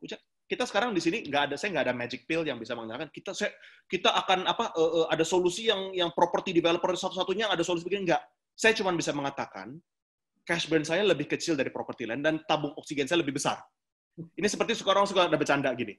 Wah, gila, ini kita di hutan, tiba-tiba ketemu macan gitu misalnya. Lari kita nggak ada gunanya lari. Loh, saya nggak perlu lari lebih cepat dari macan, saya cuma perlu lari lebih cepat dari kamu, gitu. Nah, itu jadi, that's the reality of it. Nah, kalau kita tanyakan oksigen tanknya berapa lama, saya mengasumsi 12-18 bulan, oksigen tanknya akan menurut saya cukup. Nah, kembali untuk properti, kita sekarang makro properti ya. The reality of the situation ini sekarang, di kondisi-kondisi seperti sekarang ini, komitmen menjadi sangat penting sekali. Bukan hanya show of commitment, tapi proof of commitment. Proof of commitment menjadi sangat penting karena saya yakin perusahaan yang sehat pun langsung ditanya, kamu jadi deliver nggak, gitu kan? Nah ini menjadi testing juga ya, karena ini memang sulit juga, karena kita bisa katakan ya saya kalau misalnya Pak Darmadi saya, kamu bangun nggak? Masa saya tanya balik, ya kamunya bisa jualan nggak buat saya, gitu kan nggak juga. Jadi itu posisinya, jadi ini bukan chicken on egg. Ini sudah saya tahu jawabannya adalah telur, gitu. Kenapa? Karena dinosaurus sudah laying eggs way before chicken evolve, gitu ya. Jadi sama, developer yang harus kasih proof, gitu. Kenyataannya that is the reality of it. Saya nggak bisa nungguin chicken. Saya tahu di tangan saya ada telur, saya bisa kontrol telur, saya pegang kontrol telurnya gitu. Dan harap bisa rekan-rekan yang bisa membawa ayam bisa membantu, gitu kan. Nah, jadi disinilah contoh semua construction yang sedang dilakukan untuk INPP, kita komit kita lakukan semua. Kebetulan karena kita sedang dalam posisi yang baik. Saya tidak mengatakan saya lebih baik dari yang lain. Kalau misalnya saya juga dalam posisi seperti ada beberapa yang lebih terpressure, saya juga akan mengalami dilema yang sama. Saya hanya bisa mengatakan, ya puji Tuhan selama ini kita juga seperti pacut, kenapa nggak grow lebih cepat ya? Tapi ini kenyataan ya, ada kebetulan juga lagi krisis begini, jadi kita dalam posisi yang cukup baik gitu. Dan saya nggak ada rumus super magic box yang bilang, wah saya punya ini pasti begini, yang lain nggak ada gitu, nggak ada. So dia bilang, ya, di dunia properti ide itu everybody's already tried it gitu. It's just your execution. You can steal my idea, you cannot steal my execution. That's true. Jadi that is the only thing that we will focus on. What we already promise to the market, we will honor. Kebetulan karena kita juga mengetahui di masa-masa beberapa tahun terakhir di dunia properti yang memang sedang sulit ini, 3 hal saya katakan ya. Kita ada krisis makro. Secara makro, buying power memang dalam 3-4 tahun terakhir ini bimbang menurut pendapat saya. Dibilang kuat enggak, dibilang lemah juga enggak. Tapi ada lagi krisis yang lebih unik di dunia properti, yaitu krisis of confidence. Karena kadang-kadang kita investasi dan spending itu it's not driven by kadang-kadang ekonomi, but it's actually confidence. Indonesia punya consumption rate is quite high because actually Indonesia somehow, some way, meskipun ekonominya cukup baik, tapi not the best in Asia. Tapi we are the most positive. Kalau kita dibikin ada confidence itu ya, testing survey ya, Indonesia is one of the most positive. Ya memang mungkin kita nature-nya orangnya happy go lucky gitu. Makanya disitulah betapa pentingnya. We have to prove, to show, to give people a reason to be confident in us. Gitu. Nah itu menjadi amat sangat penting dan strateginya adalah di sini ya jelas kita bilang apa yang sudah kita komit tetap kita harus temuin.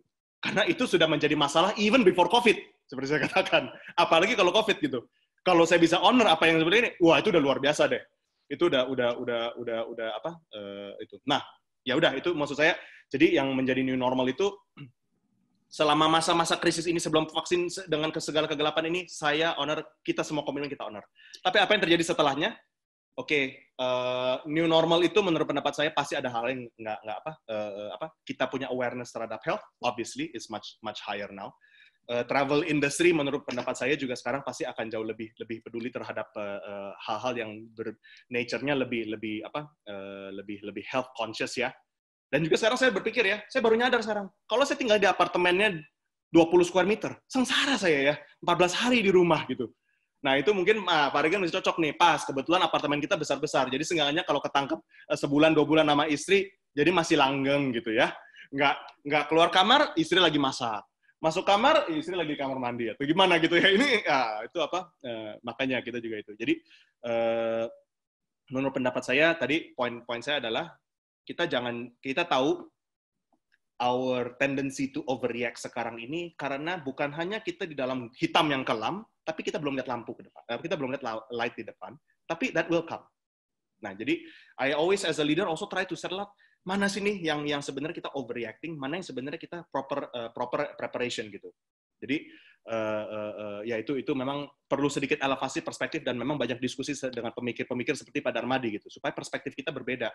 Look, at the end of the day, business and life is a team sport.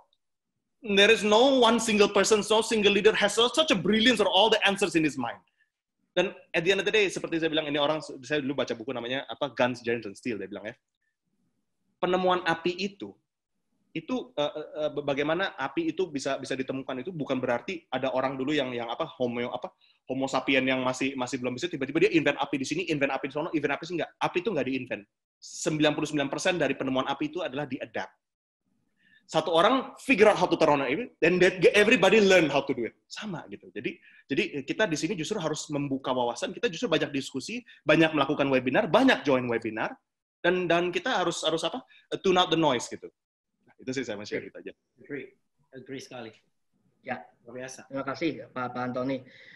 Kebetulan juga saya ingin sampaikan juga bahwa hari ini kita ada 200 lebih para peserta tergabung mulai dari Jakarta, Surabaya, Makassar.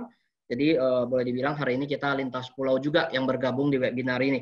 Jadi saya ingin pertanyaan berikutnya saya ingin tanyakan kepada Pak Darmadi. Pak Darmadi mungkin bisa melihat bahwa 2 komponen besar dari industri properti. Pertama adalah developer dan kedua adalah agent property. Kira-kira bagaimana agar mereka bisa dapat terus-menerus membangun sinergi, Pak Darmadi? Iya, oke. Saya mungkin ada cerita, saya suka bicara di mungkin industri seperti banking ya, dan mereka cerita kalau di banking itu ada departemen yang namanya funding, ada yang namanya lending gitu ya.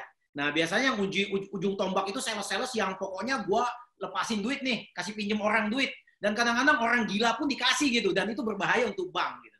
Nah kemudian dia selalu nyari orang yang ngerem. Nah orang yang ngerem dengan orang yang ngegas ini berantem terus gitu ya, kita setuju ya. Orang sales gitu kan maunya, orang sales dengan accounting finance pasti berantem terus nih. Udah kasih komisi, kasih diskonnya gedein supaya laku gitu ya. Tapi orang finance bilang, wah ini duit gua nggak bayar, cash flow bisa kacau, ini kamu enak aja gitu ya. Nah saya selalu pikir tuh, akhirnya tuh ada cerita satu bank, dia cerita akhirnya orang yang paling vokal di bagian selling, itu dia diangkat di bagian fundingnya gitu ya. Jadi supaya dia sekarang tahu, lu di sini baru lu tahu betapa susahnya lu gitu ya. Kadang-kadang artinya gini nih, developer tuh kalau mau ngerti nature dari agent, mereka harus walk in the agent shoe gitu ya. Ya kita mesti bisa di dalam sepatunya agent. Kita mesti ngerti kondisi agent nih dalam kondisi apa yang kita bisa buat gitu ya. Nah of course lah, kalau saya bilang gimmick-gimmicknya nanti pasti developer juga udah banyak caranya. Ambil contoh, biasanya begini nih, yang suka dikeluhkan sama agent biasanya gitu ya. Waduh komisinya lama keluarnya. Nah mungkin dari COVID ini mungkin developer pikir iya ya, komisi lama keluarnya ya. Gimana caranya ya supaya step by step-nya itu bisa dikeluarin dikit supaya nih agent bisa hidup, karena agent sekarang banyak yang nggak hidup, apalagi yang hidupnya dari primary market, mungkin komisinya tambah ditarik panjang sama developer lain. Nah mungkin ini kesempatan developer untuk bilang, oke, kalau punya kita nih tahun ini kalau bisa jual cepat nih keluarnya nih. Ya itu mungkin satu udah ngerti mereka gitu ya. Kedua juga kita jangan pernah anggap semua orang tuh pinter, ya kan ya. Kadang-kadang kita kumpulin agent, kita ngoceh gitu, habis itu bubar. Kita nunggu, wah mudah-mudahan mereka jualan. Wah mudah-mudahan mereka jualan. Jujur itu kadang-kadang dalam kondisi seperti begini ini bahaya. Karena agent itu punya sirkuit di otaknya itu sederhana. Kalau produk gampang jual, dia jual. Begitu produk susah jual, dia kabur. Biasanya begitu ya. Ya bukan di sini ya, nggak ada agent-agent yang di sini yang saya ngomong ya. Nggak ada yang ngaku soalnya ya. Ya. Jadi kalau agent tuh kerjanya, wah kalau gampang jual nih, gampang. Tapi saya kasih tahu sama agent, you kalau jual properti yang gampang, percaya saya, pasti komisinya kecil. Iya kan? Karena gampang jual. Developer bilang, gue nggak butuh lu. Iya kan? Gue nyari orang lain. Sama aja kalau Anda jadi sales jualan McDonald, Anda gajinya pasti UMR. Karena yang dijual bukan Anda, yang dijual McDonald-nya gitu kan ya. Anda nggak ada siapa-siapanya. Tapi kalau Anda jual barang-barang mewah dan Anda memang terkenal, network Anda percaya sama Anda, wah Anda punya komisi pasti gede. Oleh sebab itu ada plus minus untuk Anda, teman-teman. Ya. Dan saya ngelihatnya, properti Anda yang di Makassar ini yang menarik adalah, ini kan sebenarnya kelasnya itu kayak high ya. Saya nggak berani bilang medium high. Bahkan saya mungkin agak high itu ya. Mungkin Anda, dan kebanyakan orang yang beli properti untuk kelas high itu, mereka mungkin ada kemungkinan pakainya. Kalau mereka hanya sekedar invest atau mau disewain, mungkin mereka nyari yang mass market lah ya, 1M, 1,5M gitu. Tapi kalau umpama yang udah tinggi kelasnya, mereka pasti beli karena mau make. Nah, ini bagus sekali. Dalam kondisi COVID seperti begini kan, banyak hal yang harus dipikirkan. Mungkin karena INPP ini bergerak di bidang hotel gitu ya, mungkin servis orang terhadap orang, bagaimana kalau masuk tangannya di ini, disemprot, itu mungkin kalian udah punya SOP yang lebih bagus dibandingin developer yang hanya kasih management building, biasanya begitu ya. Jadi ada plus point-nya gitu. Dan kemudian saya ngelihat Anda bisa menjualnya juga, karena kalau nggak salah nih apartemen Anda ada dempet juga atau sebagian untuk hotel ya. Ada hotel Hyatt ya kalau nggak salah ya Pak ya. Hotel Hyatt, betul. Bayangin Anda bilang dengan kelasnya Hyatt, Anda akan terprotek dari segi makanannya, kesehatannya, dan segalanya. Nah, itu yang harus Anda jual. Saya selalu ngomong sama agent, ingat satu kata. Kalian dikasih developer 19 keuntungan membeli propertinya. Tetapi memang ada satu kelemahannya. Tapi yang Anda fokus yang mana coba? Kalau 19 keuntungannya, satu kelemahannya. Agent fokus yang mana? Yang kelemahannya, Pak ini Pak, mereka nggak mau beli karena ini. Nah, saya bilang itu agent itu salah. Ya, dia mesti fokus kelebihannya.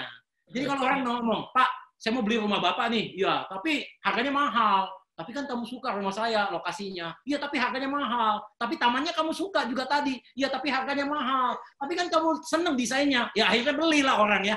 Jadi kalau kita jadi orang bisa menunjukkan lebih banyak benefitnya dibandingkan kekurangannya, orang tuh secara logikal bilang, ya, gue beli ini 19 benefit. Ya, ada satu kurang. Ya, nggak apa-apa. Masih 19 yang menang. Jadi agent itu harus berpikir positif. Tadi Pak Antoni tadi ngomong mengenai kata attitude. Kalau Anda lihat di pesawat, kata attitude itu sebenarnya menentukan kemiringan pesawat. Itu attitude itu ya. Kalau altitude kan ketinggian. Kalau attitude itu kemiringan. Anda bayangin kalau Anda punya nasib kesuksesan Anda, attitude Anda positif, ya Anda punya sukses naik. Tapi kalau attitude Anda negatif, Anda nyungsep begitu ya. Jadi mau nggak mau kembali ke kita, lihat keadaan yang saya tadi cerita mengenai ada teman di Singapura itu, setiap masalah itu pasti ada tuh lubang untuk kesempatan. Nah, Anda mesti rajin, mikir baik-baik karena kesempatan itu selalu ada. Tidak semua orang bisa lihat. Seperti tadi kata FedEx tadi, tidak semua orang bisa lihat tanda panah itu. Anda mesti butuh waktu mikir sebentar, dengar dari orang lain, belajar dari orang lain, kemudian bongkar lagi, ciptakan yang baru, dan di situ orang-orang hebat itu menjadi hebat itu karena begitu. Saya kasih tahu, ambil contoh. Anda tahu Facebook, pendiri Facebook itu sebenarnya Mark Zuckerberg waktu buat awalnya Facebook, dia sebenarnya iseng, dia pengen pacaran dengan cewek-cewek di kampus Harvard ya. Karena mungkin Harvard kan cewek-ceweknya nerd semua gitu ya, nggak mau ini. Nanti dia tahu si A tinggal sini, dorm yang ini, si B. Jadi 40 orang itu dia pengen chit-chat. Tetapi ide awalnya dia yang hanya sekadar begitu, tiba-tiba meledak menjadi ide yang luar biasa. Sampai saat ini kita nggak bisa hidup tanpa Facebook. Jadi Anda jangan mengecilkan ide yang kecil. Ide ini nggak ada gunanya. Ini ide nggak bagus. Karena ide yang bagus itu nanti akan terjadi ketika versi ke-200-nya. Ambil contoh Netflix. Penemuan Netflix itu bukan karena tiba-tiba langsung datang seperti kita nonton sekarang ini Netflix gitu ya. Tetapi itu dari awal mula ide yang dia kena denda, tidak bisa balikin videonya ke Blockbuster, dia kena denda $40. Dia bilang, kenapa nggak ada alat untuk bisa masukin videonya kemudian kirim. Ini itu dari ide yang sangat sederhana, tetapi kepada versi 200-nya udah menjadi seperti sekarang. Jadi jangan nganggap remeh ide-ide yang sederhana, seperti tadi penemuan api dan segalanya, karena dengan penemuan yang kecil itu bisa mengubah landscape dunia ini. Demikian juga dengan COVID. Perubahan dari COVID ini juga akan merubah semua landscape yang ada di dunia saat ini. Saya ngomong dengan satu lagi mengenai teman-teman agent property. Anda bilang, Pak, well, people don't want to buy property during this time. Oke, I tell you. Kalau saya bisa bawa Anda 15 tahun terakhir, umpama tahun 2005, menurut Anda kalau Anda kesempatan saya minta Anda balik, menurut Anda mau beli properti nggak pada tahun 2005? Mungkin Anda bilang apa? Saya mau, Pak. Kenapa? Harganya naik, Pak. Setuju. Sama. Kalau saya bawa Anda 15 tahun ke depan, orang yang 15 tahun ke depan, saya suruh mereka balik sekarang ke titik kita ini, dia pasti mau beli properti. Kenapa? Karena properti naik. Anda tanya, Pak Darmadi tahu dari mana? Very simple. Lihat tren. Ya, di Singapura itu, saya sudah ada datanya, di Singapura punya tren properti dari tahun 80 sampai sekarang.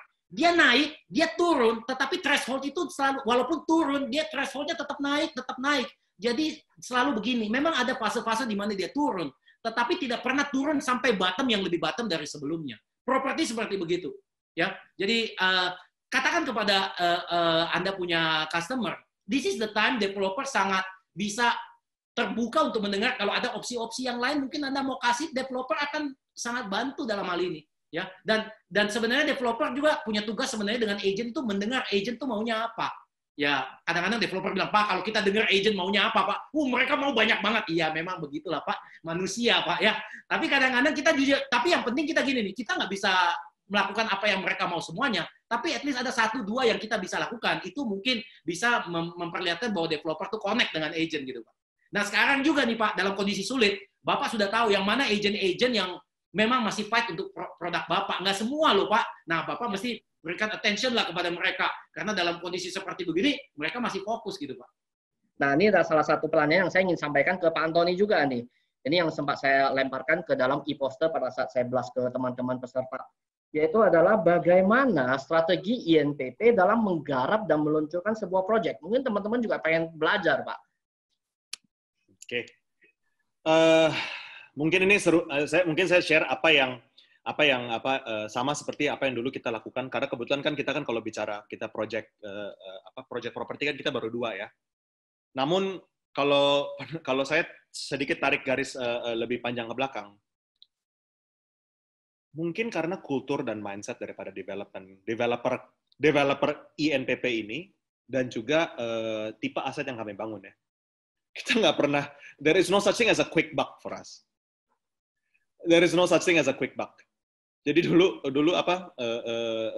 kan kita tahu ya semuanya, kalau misalnya kita tuh berkembang seperti saya tadi pernah sentuh juga kan tadi katakan, saya untuk bangun hotel setiap dolar yang saya drop sekarang, saya nggak ada harapan ngelihat uang itu kembali ke 7-8 tahun, sampai 7-8 tahun nanti. Gitu. Itu pun saya udah bilang terima kasih. Gitu. Orang bilang ban-ban kamsia, gitu kan. Nah, kalau sama dengan mall, kira-kira demikian. Jadi kita ini benar-benar, dan semua aset yang kita miliki itu, kita sayang, kayak Plaza, udah 30 tahun masih kinclong, gitu ya. Sekarang lagi properti lagi krisis, malahan kita sekarang fasadnya kita kalau kalian lihat, mungkin 2 bulan lalu nggak ada Grand Hyatt, namanya Hyatt doang karena Grand-nya lagi dicopot. Karena kita lagi betulin fasadnya diganti yang marmer udah 30 tahun, sekarang kita protolin, kita jadi Chevron style dan lain-lain kayak gitu. Nah, itu kembali kulturnya berbeda. Kita melihat aset itu bukan sebagai financial product ya. Kita sebagai aset itu sebagai kita tuh mau ada satu presence ya, supaya setiap kali kita katakan kita we are proud of everything that we do gitu. Kebetulan juga karena ini juga perusahaan yang memang yes it's a publicly listed company tapi it's closely family held. Jadi it's the values of the founder itu it's like that gitu. Dia bilang, I don't need to be the largest. He never has any ambition to be the largest gitu. Tapi the view that he has, he wants quality gitu. Nah itu simple spiritnya gitu. Nah dan everywhere we are, buat kita rumusnya simple. Kalau kamu mau lebih cukup high end, lebih unik, setiap kali kamu dilakukan di mana, tantangannya adalah you have to build the smallest development there. Dia bilang. Saya kasih contoh. Plaza Indonesia is actually the smallest Grade A mall in Jakarta. Plaza Indonesia itu secara mall itu cuma 60.000 net leasable area. Kita bandingkan seperti Pakuwon Malls dan Grand Indonesia yang size-nya 120.000 per mall, ya GI, Kokas, Gandaria itu 120.000. Jadi Plaza itu 60.000. Kita lihat Pacific Place di Jakarta. Cuma 75.000, jadi lebih besar. Senayan City, kira-kira 85-90.000. Plaza Senayan juga kira-kira 70.000. Jadi, we are actually the smallest one there. Gitu. Jadi sama, seperti waktu Pak Regen sempat launching, waktu kita masuk ke Batam, misalnya cerita, semua orang bangun multi-tower. Kita bangun single tower. The smallest development in Batam, saya bisa yakinkan waktu itu. 300 unit doang. Sama, kita lakukan di Makassar ini juga sama. We are also the smallest property developer in Makassar now. Hopefully you also see, it's also the strongest concept, one of the strongest concepts gitu. Karena padat, simple, karena kita juga tahu volume di market ini dan pembeli-pembeli yang bisa membeli produk seperti ini tidak mau volume gitu. Kita hanya 231 di Jalan Jenderal Sudirman nomor 31 lantai. Kebetulan semuanya angkanya 31, nggak sengaja nih Pak Darmadi. Ini kesana disengaja enggak. Ternyata semuanya kebetulan begitu. Kita lagi tuh, loh, kok ini nggak jadi unitnya 231 unit gitu. Jadi angkanya gampang tuh, 31 Jalan Jenderal Sudirman nomor 31 lantai, 231 unit tuh. Nah, jadi kita juga the smallest development there. Nggak ada apartemen yang launching lebih kecil dari kita, ataupun development property yang launching lebih kecil dari kita gitu. Namun ya, kalau menurut pendapat saya, dengan ya kembali ya, ini seberapa pentingnya komitmen kita dan juga seberapa kita katakan saya sangat bermimpi dan berharap sekali suatu hari INPP bisa dikenal sama seperti orang mengenal property developer yang sudah fasih dengan property sales lain. Tapi seperti kita katakan, at the end of the day, your execution is the most important thing you can handle right now. Gitu. Jadi meskipun saya katakan kita masih cukup humble, kita belum orang banyak mengenal kita, tapi orang melihat execution kita, Pak Regen, ya, Pak Darmadi juga gitu. Jadi dari tahun pertama, menurut pendapat saya sangat cukup baik ya, kalau kita bisa mencapai 200 miliar di kota yang kita nggak pernah ada presence, di segmen yang belum pernah ada di kota Makassar, dan juga di secara development kita belum terlalu marketnya juga waktu itu lagi banyak kepahitan masa lalu atas yaitu crisis of confidence in developer yang bernama besar pun gitu. Jadi menurut pendapat saya dan kita tahu ya, waktu itu Pak Regen sempat bilang, Pak Antoni, ini development nggak akan gampang karena marketnya belum siap segala macam, nggak masalah. Emang kira-kira bisa habis berapa tahun? Ya kalau worst case misalnya 45 tahun. 45 tahun saya bangun hotel 8 tahun Pak Regen. So ada ban-ban kapsia kalau bisa dikasih 45 tahun dia bilang katanya. Jadi buat saya nggak pusing gitu. Nah ini karena Pak Darmadi, jangankan saya harus convince rekan-rekan kita di agent. Pak Regen harus percaya sama saya juga, Pak Darmadi. Kalau Pak Regen aja nggak percaya, sulit. Gimana Pak Darmadi dan Ibu Tintin gitu ya? Bisa saya tambahkan mungkin ya, dari konsepnya Pak Antoni ini ya, saya ngelihat ada konsep yang tersirat itu, mindset-nya itu mengatakan think big, act small gitu Pak ya. Karena Anda punya, sebenarnya jujur, Anda nih bermain apartemen 1 tower ini terlalu gampang untuk Anda mestinya sebagai pemain ini. Tapi Anda tuh rela untuk belajar karena memang is new gitu ya. Lebih baik main kecil jadi bagus sehingga kita punya PD bisa maju. Ini sekarang kalau semua yang teman-teman yang langganan Netflix ini ada bagus sekali filmnya Michael Jordan ya yang lagi bagusnya di Netflix ini. Dan satu hal yang saya ngeliat Michael Jordan, teman-temannya tinggalin dia, timnya nggak bagus, manajemen kacau, dia punya confidence level tuh tinggi banget, dia selalu tenang. Dan ketenangannya dia itu membuat orang lain tuh percaya sekali sama dia. Leader zaman sekarang itu dibutuhkan yang tenang, ya kan? Bukan yang panik. Kalau yang panik mah orang udah kabur dulu gitu. Orang pengen lihat kita tenang, kita mampu deliver apa yang kita janji. Saya rasa slowly but surely we will gain trust ya. Kalau kita benar-benar fokus untuk hal-hal yang kecil. Jadi orang tidak perlu kita jadi orang berlari paling cepat. Ini pertandingannya maraton kok. Ya, lu lari cepat habis itu ngos-ngosan juga nggak ada guna gitu ya. Jadi saya pikir proyek Anda ini menarik sekali dan celah parkir di Makassar ini belum ada untuk harga yang seperti begitu ya. Dan mungkin akan ada sebentar lagi juga. Tapi bagi saya dengan konsep Anda, saya percayanya apa? Anda dalam konsep yang seperti di Batam, One Residence, demikian juga di Makassar, apartemen Anda itu nempel dengan hotel. Artinya begini nih, if you cannot manage the apartment well, hotel Anda juga akan jelek. Bener kan? Ini taruhan sebenarnya. Gue punya hotel gue labelnya Hyatt, nempel di apartemen ini. Apakah apartemen ini juga merasa bahwa mereka bagian dari Hyatt ini? Itu penting sekali gitu. Dan mau nggak mau itu menjadi beban bagi developer karena Anda bukan tipikal orang yang produce anak kemudian dibuang. Anda tipikal produce anak kemudian disayang begitu. Ini kan butuhnya nggak gampang. Dan makin kita sayang dengan properti kita, nah nilainya ada di situ. The value is in there. When you put your heart on that business. Mungkin itu saya tadi tambahin. Ya, silakan Pak Tony. Think big, act small ya Pak ya. Betul sekali Pak ya. Ya, think big, act small Pak. Oke. Pak Tony masih ada tambahan tadi untuk itu? Saya kalau udah nggak ada pertanyaan yang Anda nanya, mungkin sebagai tanggapan yang slide saya yang kedua kali ya. Oh iya, boleh Pak Darmadi. Silakan Pak Darmadi. Mengingatkan untuk teman-teman ya bahwa zaman sekarang saya ditanya, Pak Darmadi punya senjata apa untuk hadapi kondisi ini? Jujur, the only weapon you have is your mindset. Ya. Semua hal yang terjadi di luar sana itu, kalau kapal besar, kapal menghadapi ombak segede apapun dia nggak takut, kecuali ada kebocoran di kapal itu. Selama kapal itu nggak bocor, mau ombak gede pun dia tidak takut. Apa yang terjadi di luar sana itu tidak mempengaruhi apa yang terjadi di dalam diri kita. Oleh sebab itu, John Wooden, pelatih NCAA-nya UCLA, pernah berkata, Anda jangan sibuk dan khawatir dengan hal-hal yang tidak bisa Anda kontrol. Anda lebih baik sibuk dengan apa yang ada di tangan Anda. Saat ini Anda memiliki sebuah produk yang cukup menarik, yang berada di Jalan Jenderal Sudirman 31, yang mempunyai brand kualitas yang bagus, komitmen dari developer. Saya sangat yakin unitnya juga nggak banyak, ya, dan orang yang beli pun sangat selected, dan most of them are end user. Kalau Anda punya network yang bagus, this is one of the best property you bisa offer. Kenapa? You nggak akan malu, you nggak akan gengsi. Karena agent property itu yang paling takut begini. Jual properti ketika pada saat deliver, hasilnya tidak seperti yang dijanjikan.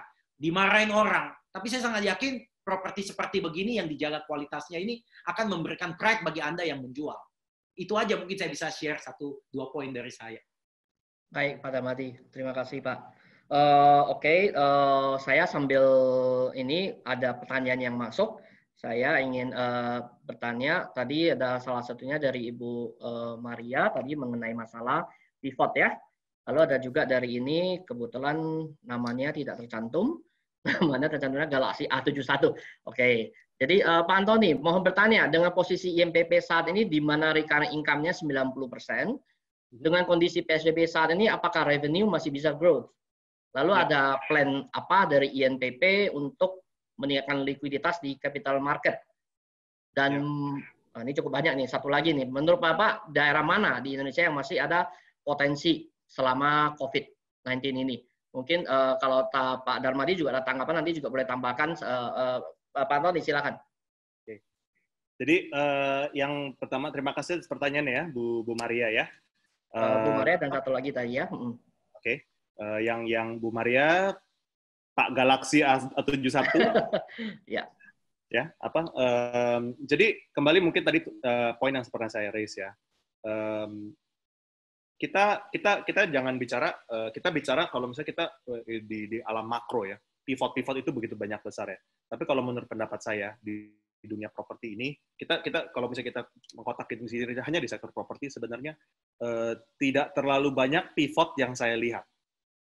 Saya hanya melihat akselerasi dari momentum yang sudah terjadi. Kita bicara dunia mall, ya kan? Seperti saya tadi pernah cerita. Dunia mall itu selalu ditanyakan bagaimana hasil dampak mall bagaimana hasil dampak online transaction terhadap mall platform offline. Karena kan at the end of the day, a mall is just a place, physical one, it's just a place for me to come and transact, gitu kan, do transaction, beli ini, beli itu, gitu ya. Sama seperti saya kan ke Tokopedia, pluk, gitu kan, ke Bukalapak, tuk, gitu kan, itu kan just a place to do transaction, gitu. Nah, jadi di sini yang menurut pendapat saya adalah kita harus dalam melihatnya ya. Orang bilang offline mall itu sangat impacted, betul sekali. Tapi tipe apa offline mall tipe apa yang sangat impacted? Contoh kita bilang mall akan banyak yang mati. Saya bilang sangat possible. Tapi kita lihat mall tipe apa yang mati. Jadi saya bisa ceritakan seperti ini sekarang. Mall itu sudah banyak mati berguguran di Amerika. Kenapa kita bicara? Ini kan saya bicara kan komersil, karena tadi kan berbicara ada pertanyaan tentang komersil juga ya. Karena di Amerika itu, actually everywhere around the world, ada satu tipe retail commercial development yang dying at a faster rate than anybody else. Itu namanya department store. Matinya apa? 99% dari mall di Indonesia itu, isinya 60% itu 50% department store. Kalau di Amerika, isinya tuh 80% department store.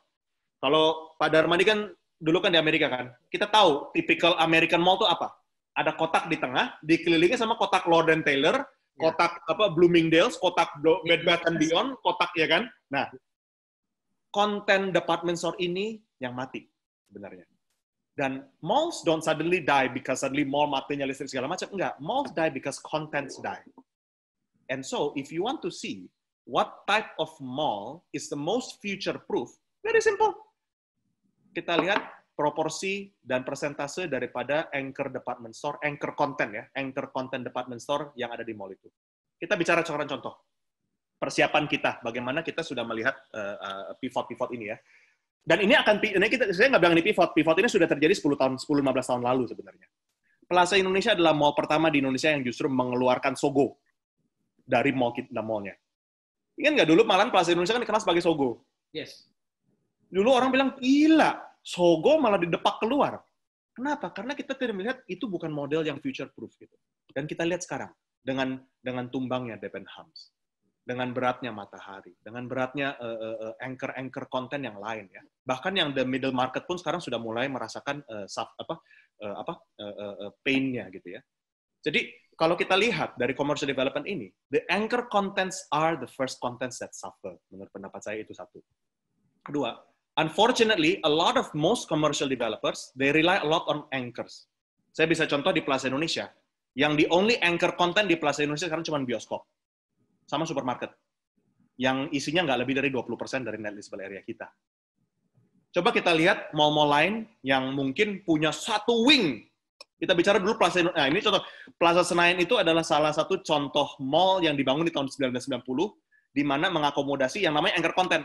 Ada konten di Amerika di tengah, kan, specialty store, langsung ada satu Metro Wing, ada Sogo Wing, ya kan, itu very American style sebenarnya. Nah, artinya 60% of their contents itu anchor. Nah, itu kita lihat bagaimana evolusi maju ke depannya. Dan kita juga lihat misalnya di kawan-kawan kita di mall-mall yang lain, yang begitu besar isi Debenhams, yang begitu besar isi mungkin Cebu, ataupun begitu besar isinya, apapun lah department store, anchor, itulah yang paling suffering. Anchor yang masih kuat adalah misalnya anchor seperti DIY, Ace Hardware dan lain itu masih sehat. Tapi sebenarnya ini kita bilang kalau orang melihat sekarang begitu ini dalam tahun-tahun ke depan menurut saya banyak akan mall yang akan tumbang. Tapi kalau buat saya itu bukan pivot, itu adalah akselerasi dari tren yang sudah terjadi dari 10-15 tahun lalu. Nah, sama dengan kita tadi bicara komersil, kita bicara sekarang hotel. Hotel juga sama gitu. Unfortunately hotel ini sekarang berada di industri yang komoditas sudah terkomoditize gitu. Yes. Karena kalau pendapat saya, industri yang seperti hotel itu saya bercanda kayak ada industri perikanan. Kenapa kayak industri perikanan? Tamu itu kayak ikan. Gitu. Seorang pemilik brand, seorang pemilik Harris Hotel, seorang pemilik Hyatt, seorang pemilik Marriott, seorang pemilik Aston, the brand owner ya, melihat armada dia itu seperti suatu perkapalan gitu. Tapi satu hotel owner itu kayak itu nahkoda kapal, satu nahkoda kapalnya dia sendiri. Kenapa? Karena dia berpikir begini, ini tamu makin banyak datang. Si owner, si perkapalan selalu berpikir, oke, omset saya harus naik, saya tambahin kapal. Productivity per kapal dia akan turun, tapi omset dia akan naik, gitu. Dan dia nggak berpikir, dinamika dia nggak berpikir begini. Wah, ini ada hotel satu Aston di samping saya, atau ada Harris samping nih. Dia bangun Harris sebelah lagi gitu. Dia bilang, ini ada orang mau bangunin hotel. Kalau saya nggak ambil hotel ini, another brand will take it, and I cannot control the price. Logikanya dia begitu. Jadi you better I take it, but I create control the price gitu. Tapi akhirnya apa? Si nahkoda kapal ini tetap aja omsetnya turun kan karena orang tadinya nggak ada di samping sebelah gitu. Jadi ini nggak ada regulasi. Kalau di dunia ekonomi itu ada namanya tragedy of the commons. When the government does not regulate, a single act of a business owner itu collectively creates a natural disaster, overfishing. Apa yang terjadi dengan sektor perhotelan itu yang terjadi overfishing.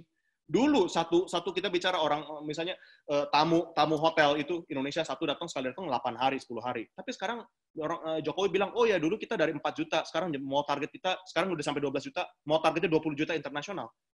Tapi yang 4 juta pertama dulu stay 8-10 hari per visit. Yang dari orang ke-4 sampai 4 juta sampai orang ke-12 juta, paling 1 atau 2 hari stay. Jadi ikannya udah makin kecil gitu. Nah, ini contoh apa yang terjadi menurut pendapat saya kalau misalpun ada pun nanti hotel-hotel yang akan turun. Menurut saya itu bukan pivot. Itu adalah tren yang sudah terjadi dari 5-10 tahun lalu. Dan siapa yang tidak mempersediakan diri untuk melalui ini ya itu masalah tantangannya di situ. Nah, jadi kalau pendapat saya sih untuk apartemen itu kan dari sisi komersil, dari sisi hotel. Kalau dari sisi apartemen, menurut pendapat saya, disinilah saat-saatnya kita penting kembali memvisit, melihat suatu property product above and beyond just square meterage and price gitu.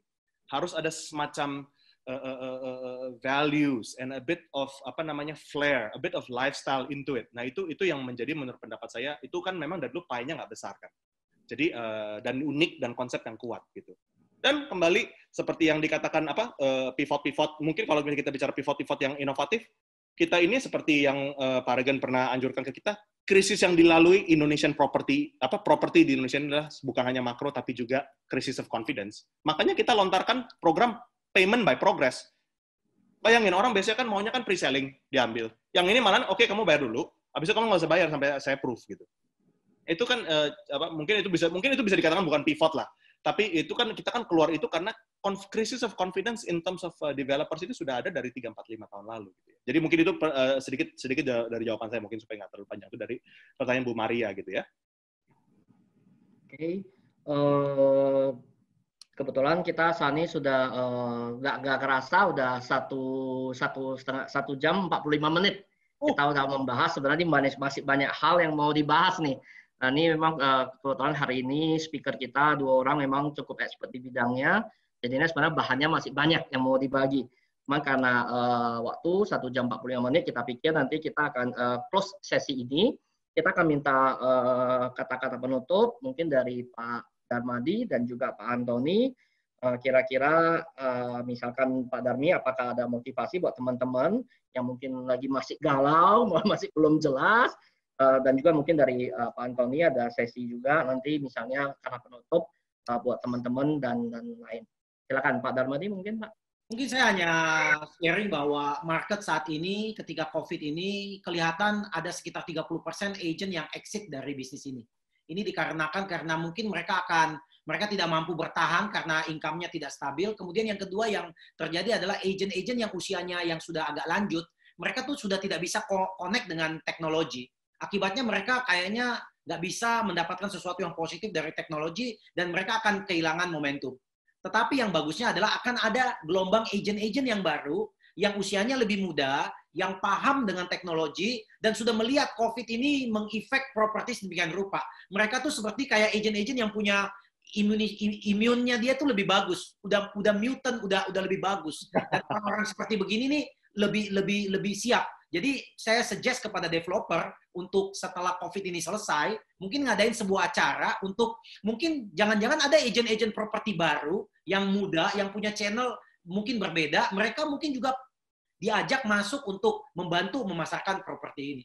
Karena bagi saya market agent itu seperti begitu. Setiap kali ada krisis, sepertiga keluar, sepertiga stay, sepertiga masuk. Ini dunia bisnis. Ya, jadi selalu lihat opportunity, ada channel marketing yang baru, yaitu orang-orang nih yang setelah COVID ini punya mindset berbeda.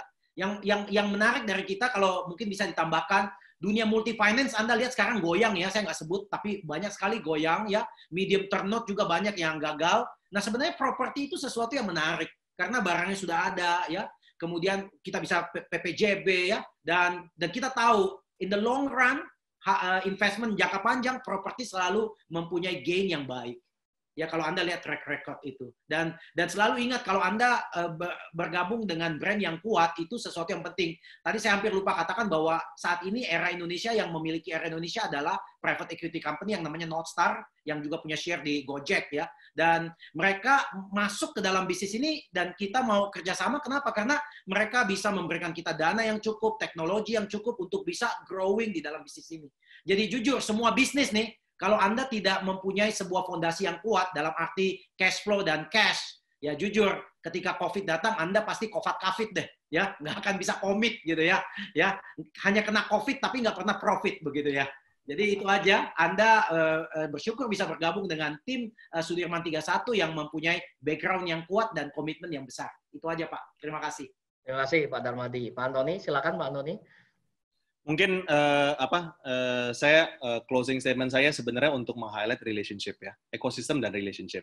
Tadi kan juga tadi kan Pak Regen juga sentuh bagaimana sih dinamika antara developer dan agency sebenarnya ya. Nah, menurut pendapat saya, kalau saya melihat relationship antara agency sama developer itu sepertinya kalau pendapat saya tidak berbeda dengan relationship yang kita pernah jalin di masa lalu, seperti relationship kami dengan Hotel Hyatt, di mana itu adalah dua komposisi dengan yang sebenarnya kan we coexist with one another. Kita nggak bisa, saya property developer, it looks like I have a hotel, but you tell me if Hyatt leaves tomorrow, I die gitu. I don't know how to do proper housekeeping gitu ya. Jadi relationship itu lebih long term. Sama juga seperti relationship di bisnis mall kami dengan tenan-tenan kita.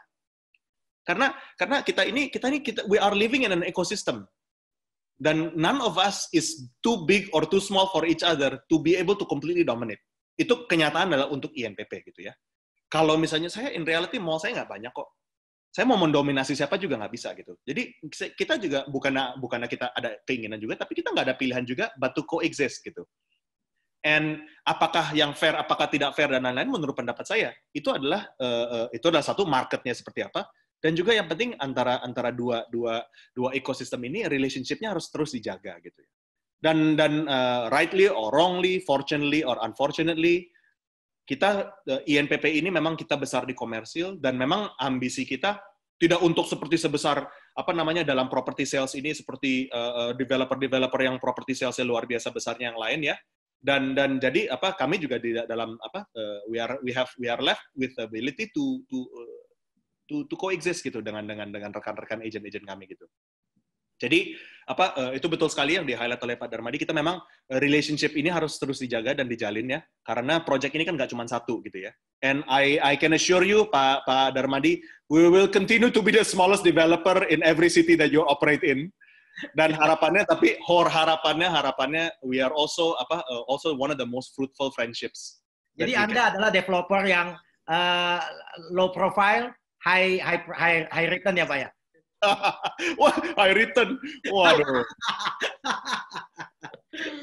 Iya. Oke, terima kasih Pak Antoni, terima kasih Pak Darmadi hari ini yang sudah bersedia mampir ke webinar series pertama kita ini. Kedepannya kita berharap nanti akan ada series yang berikutnya lagi. Jadi terima kasih buat para peserta webinar hari ini. Kita sangat senang hari ini kita sampai dengan selesai. Sebagian besar juga masih stay di sini, Pak Darmadi. Jadi sangat luar biasa. Ya, ini akibat dari dua pembicara kita ini yang memang sangat-sangat expert di bidangnya. Terima kasih Pak Antoni, Pak Darmadi sekali lagi. Terima kasih para peserta webinar yang sudah bergabung. Sampai ketemu di lain kesempatan. All the best. All the best.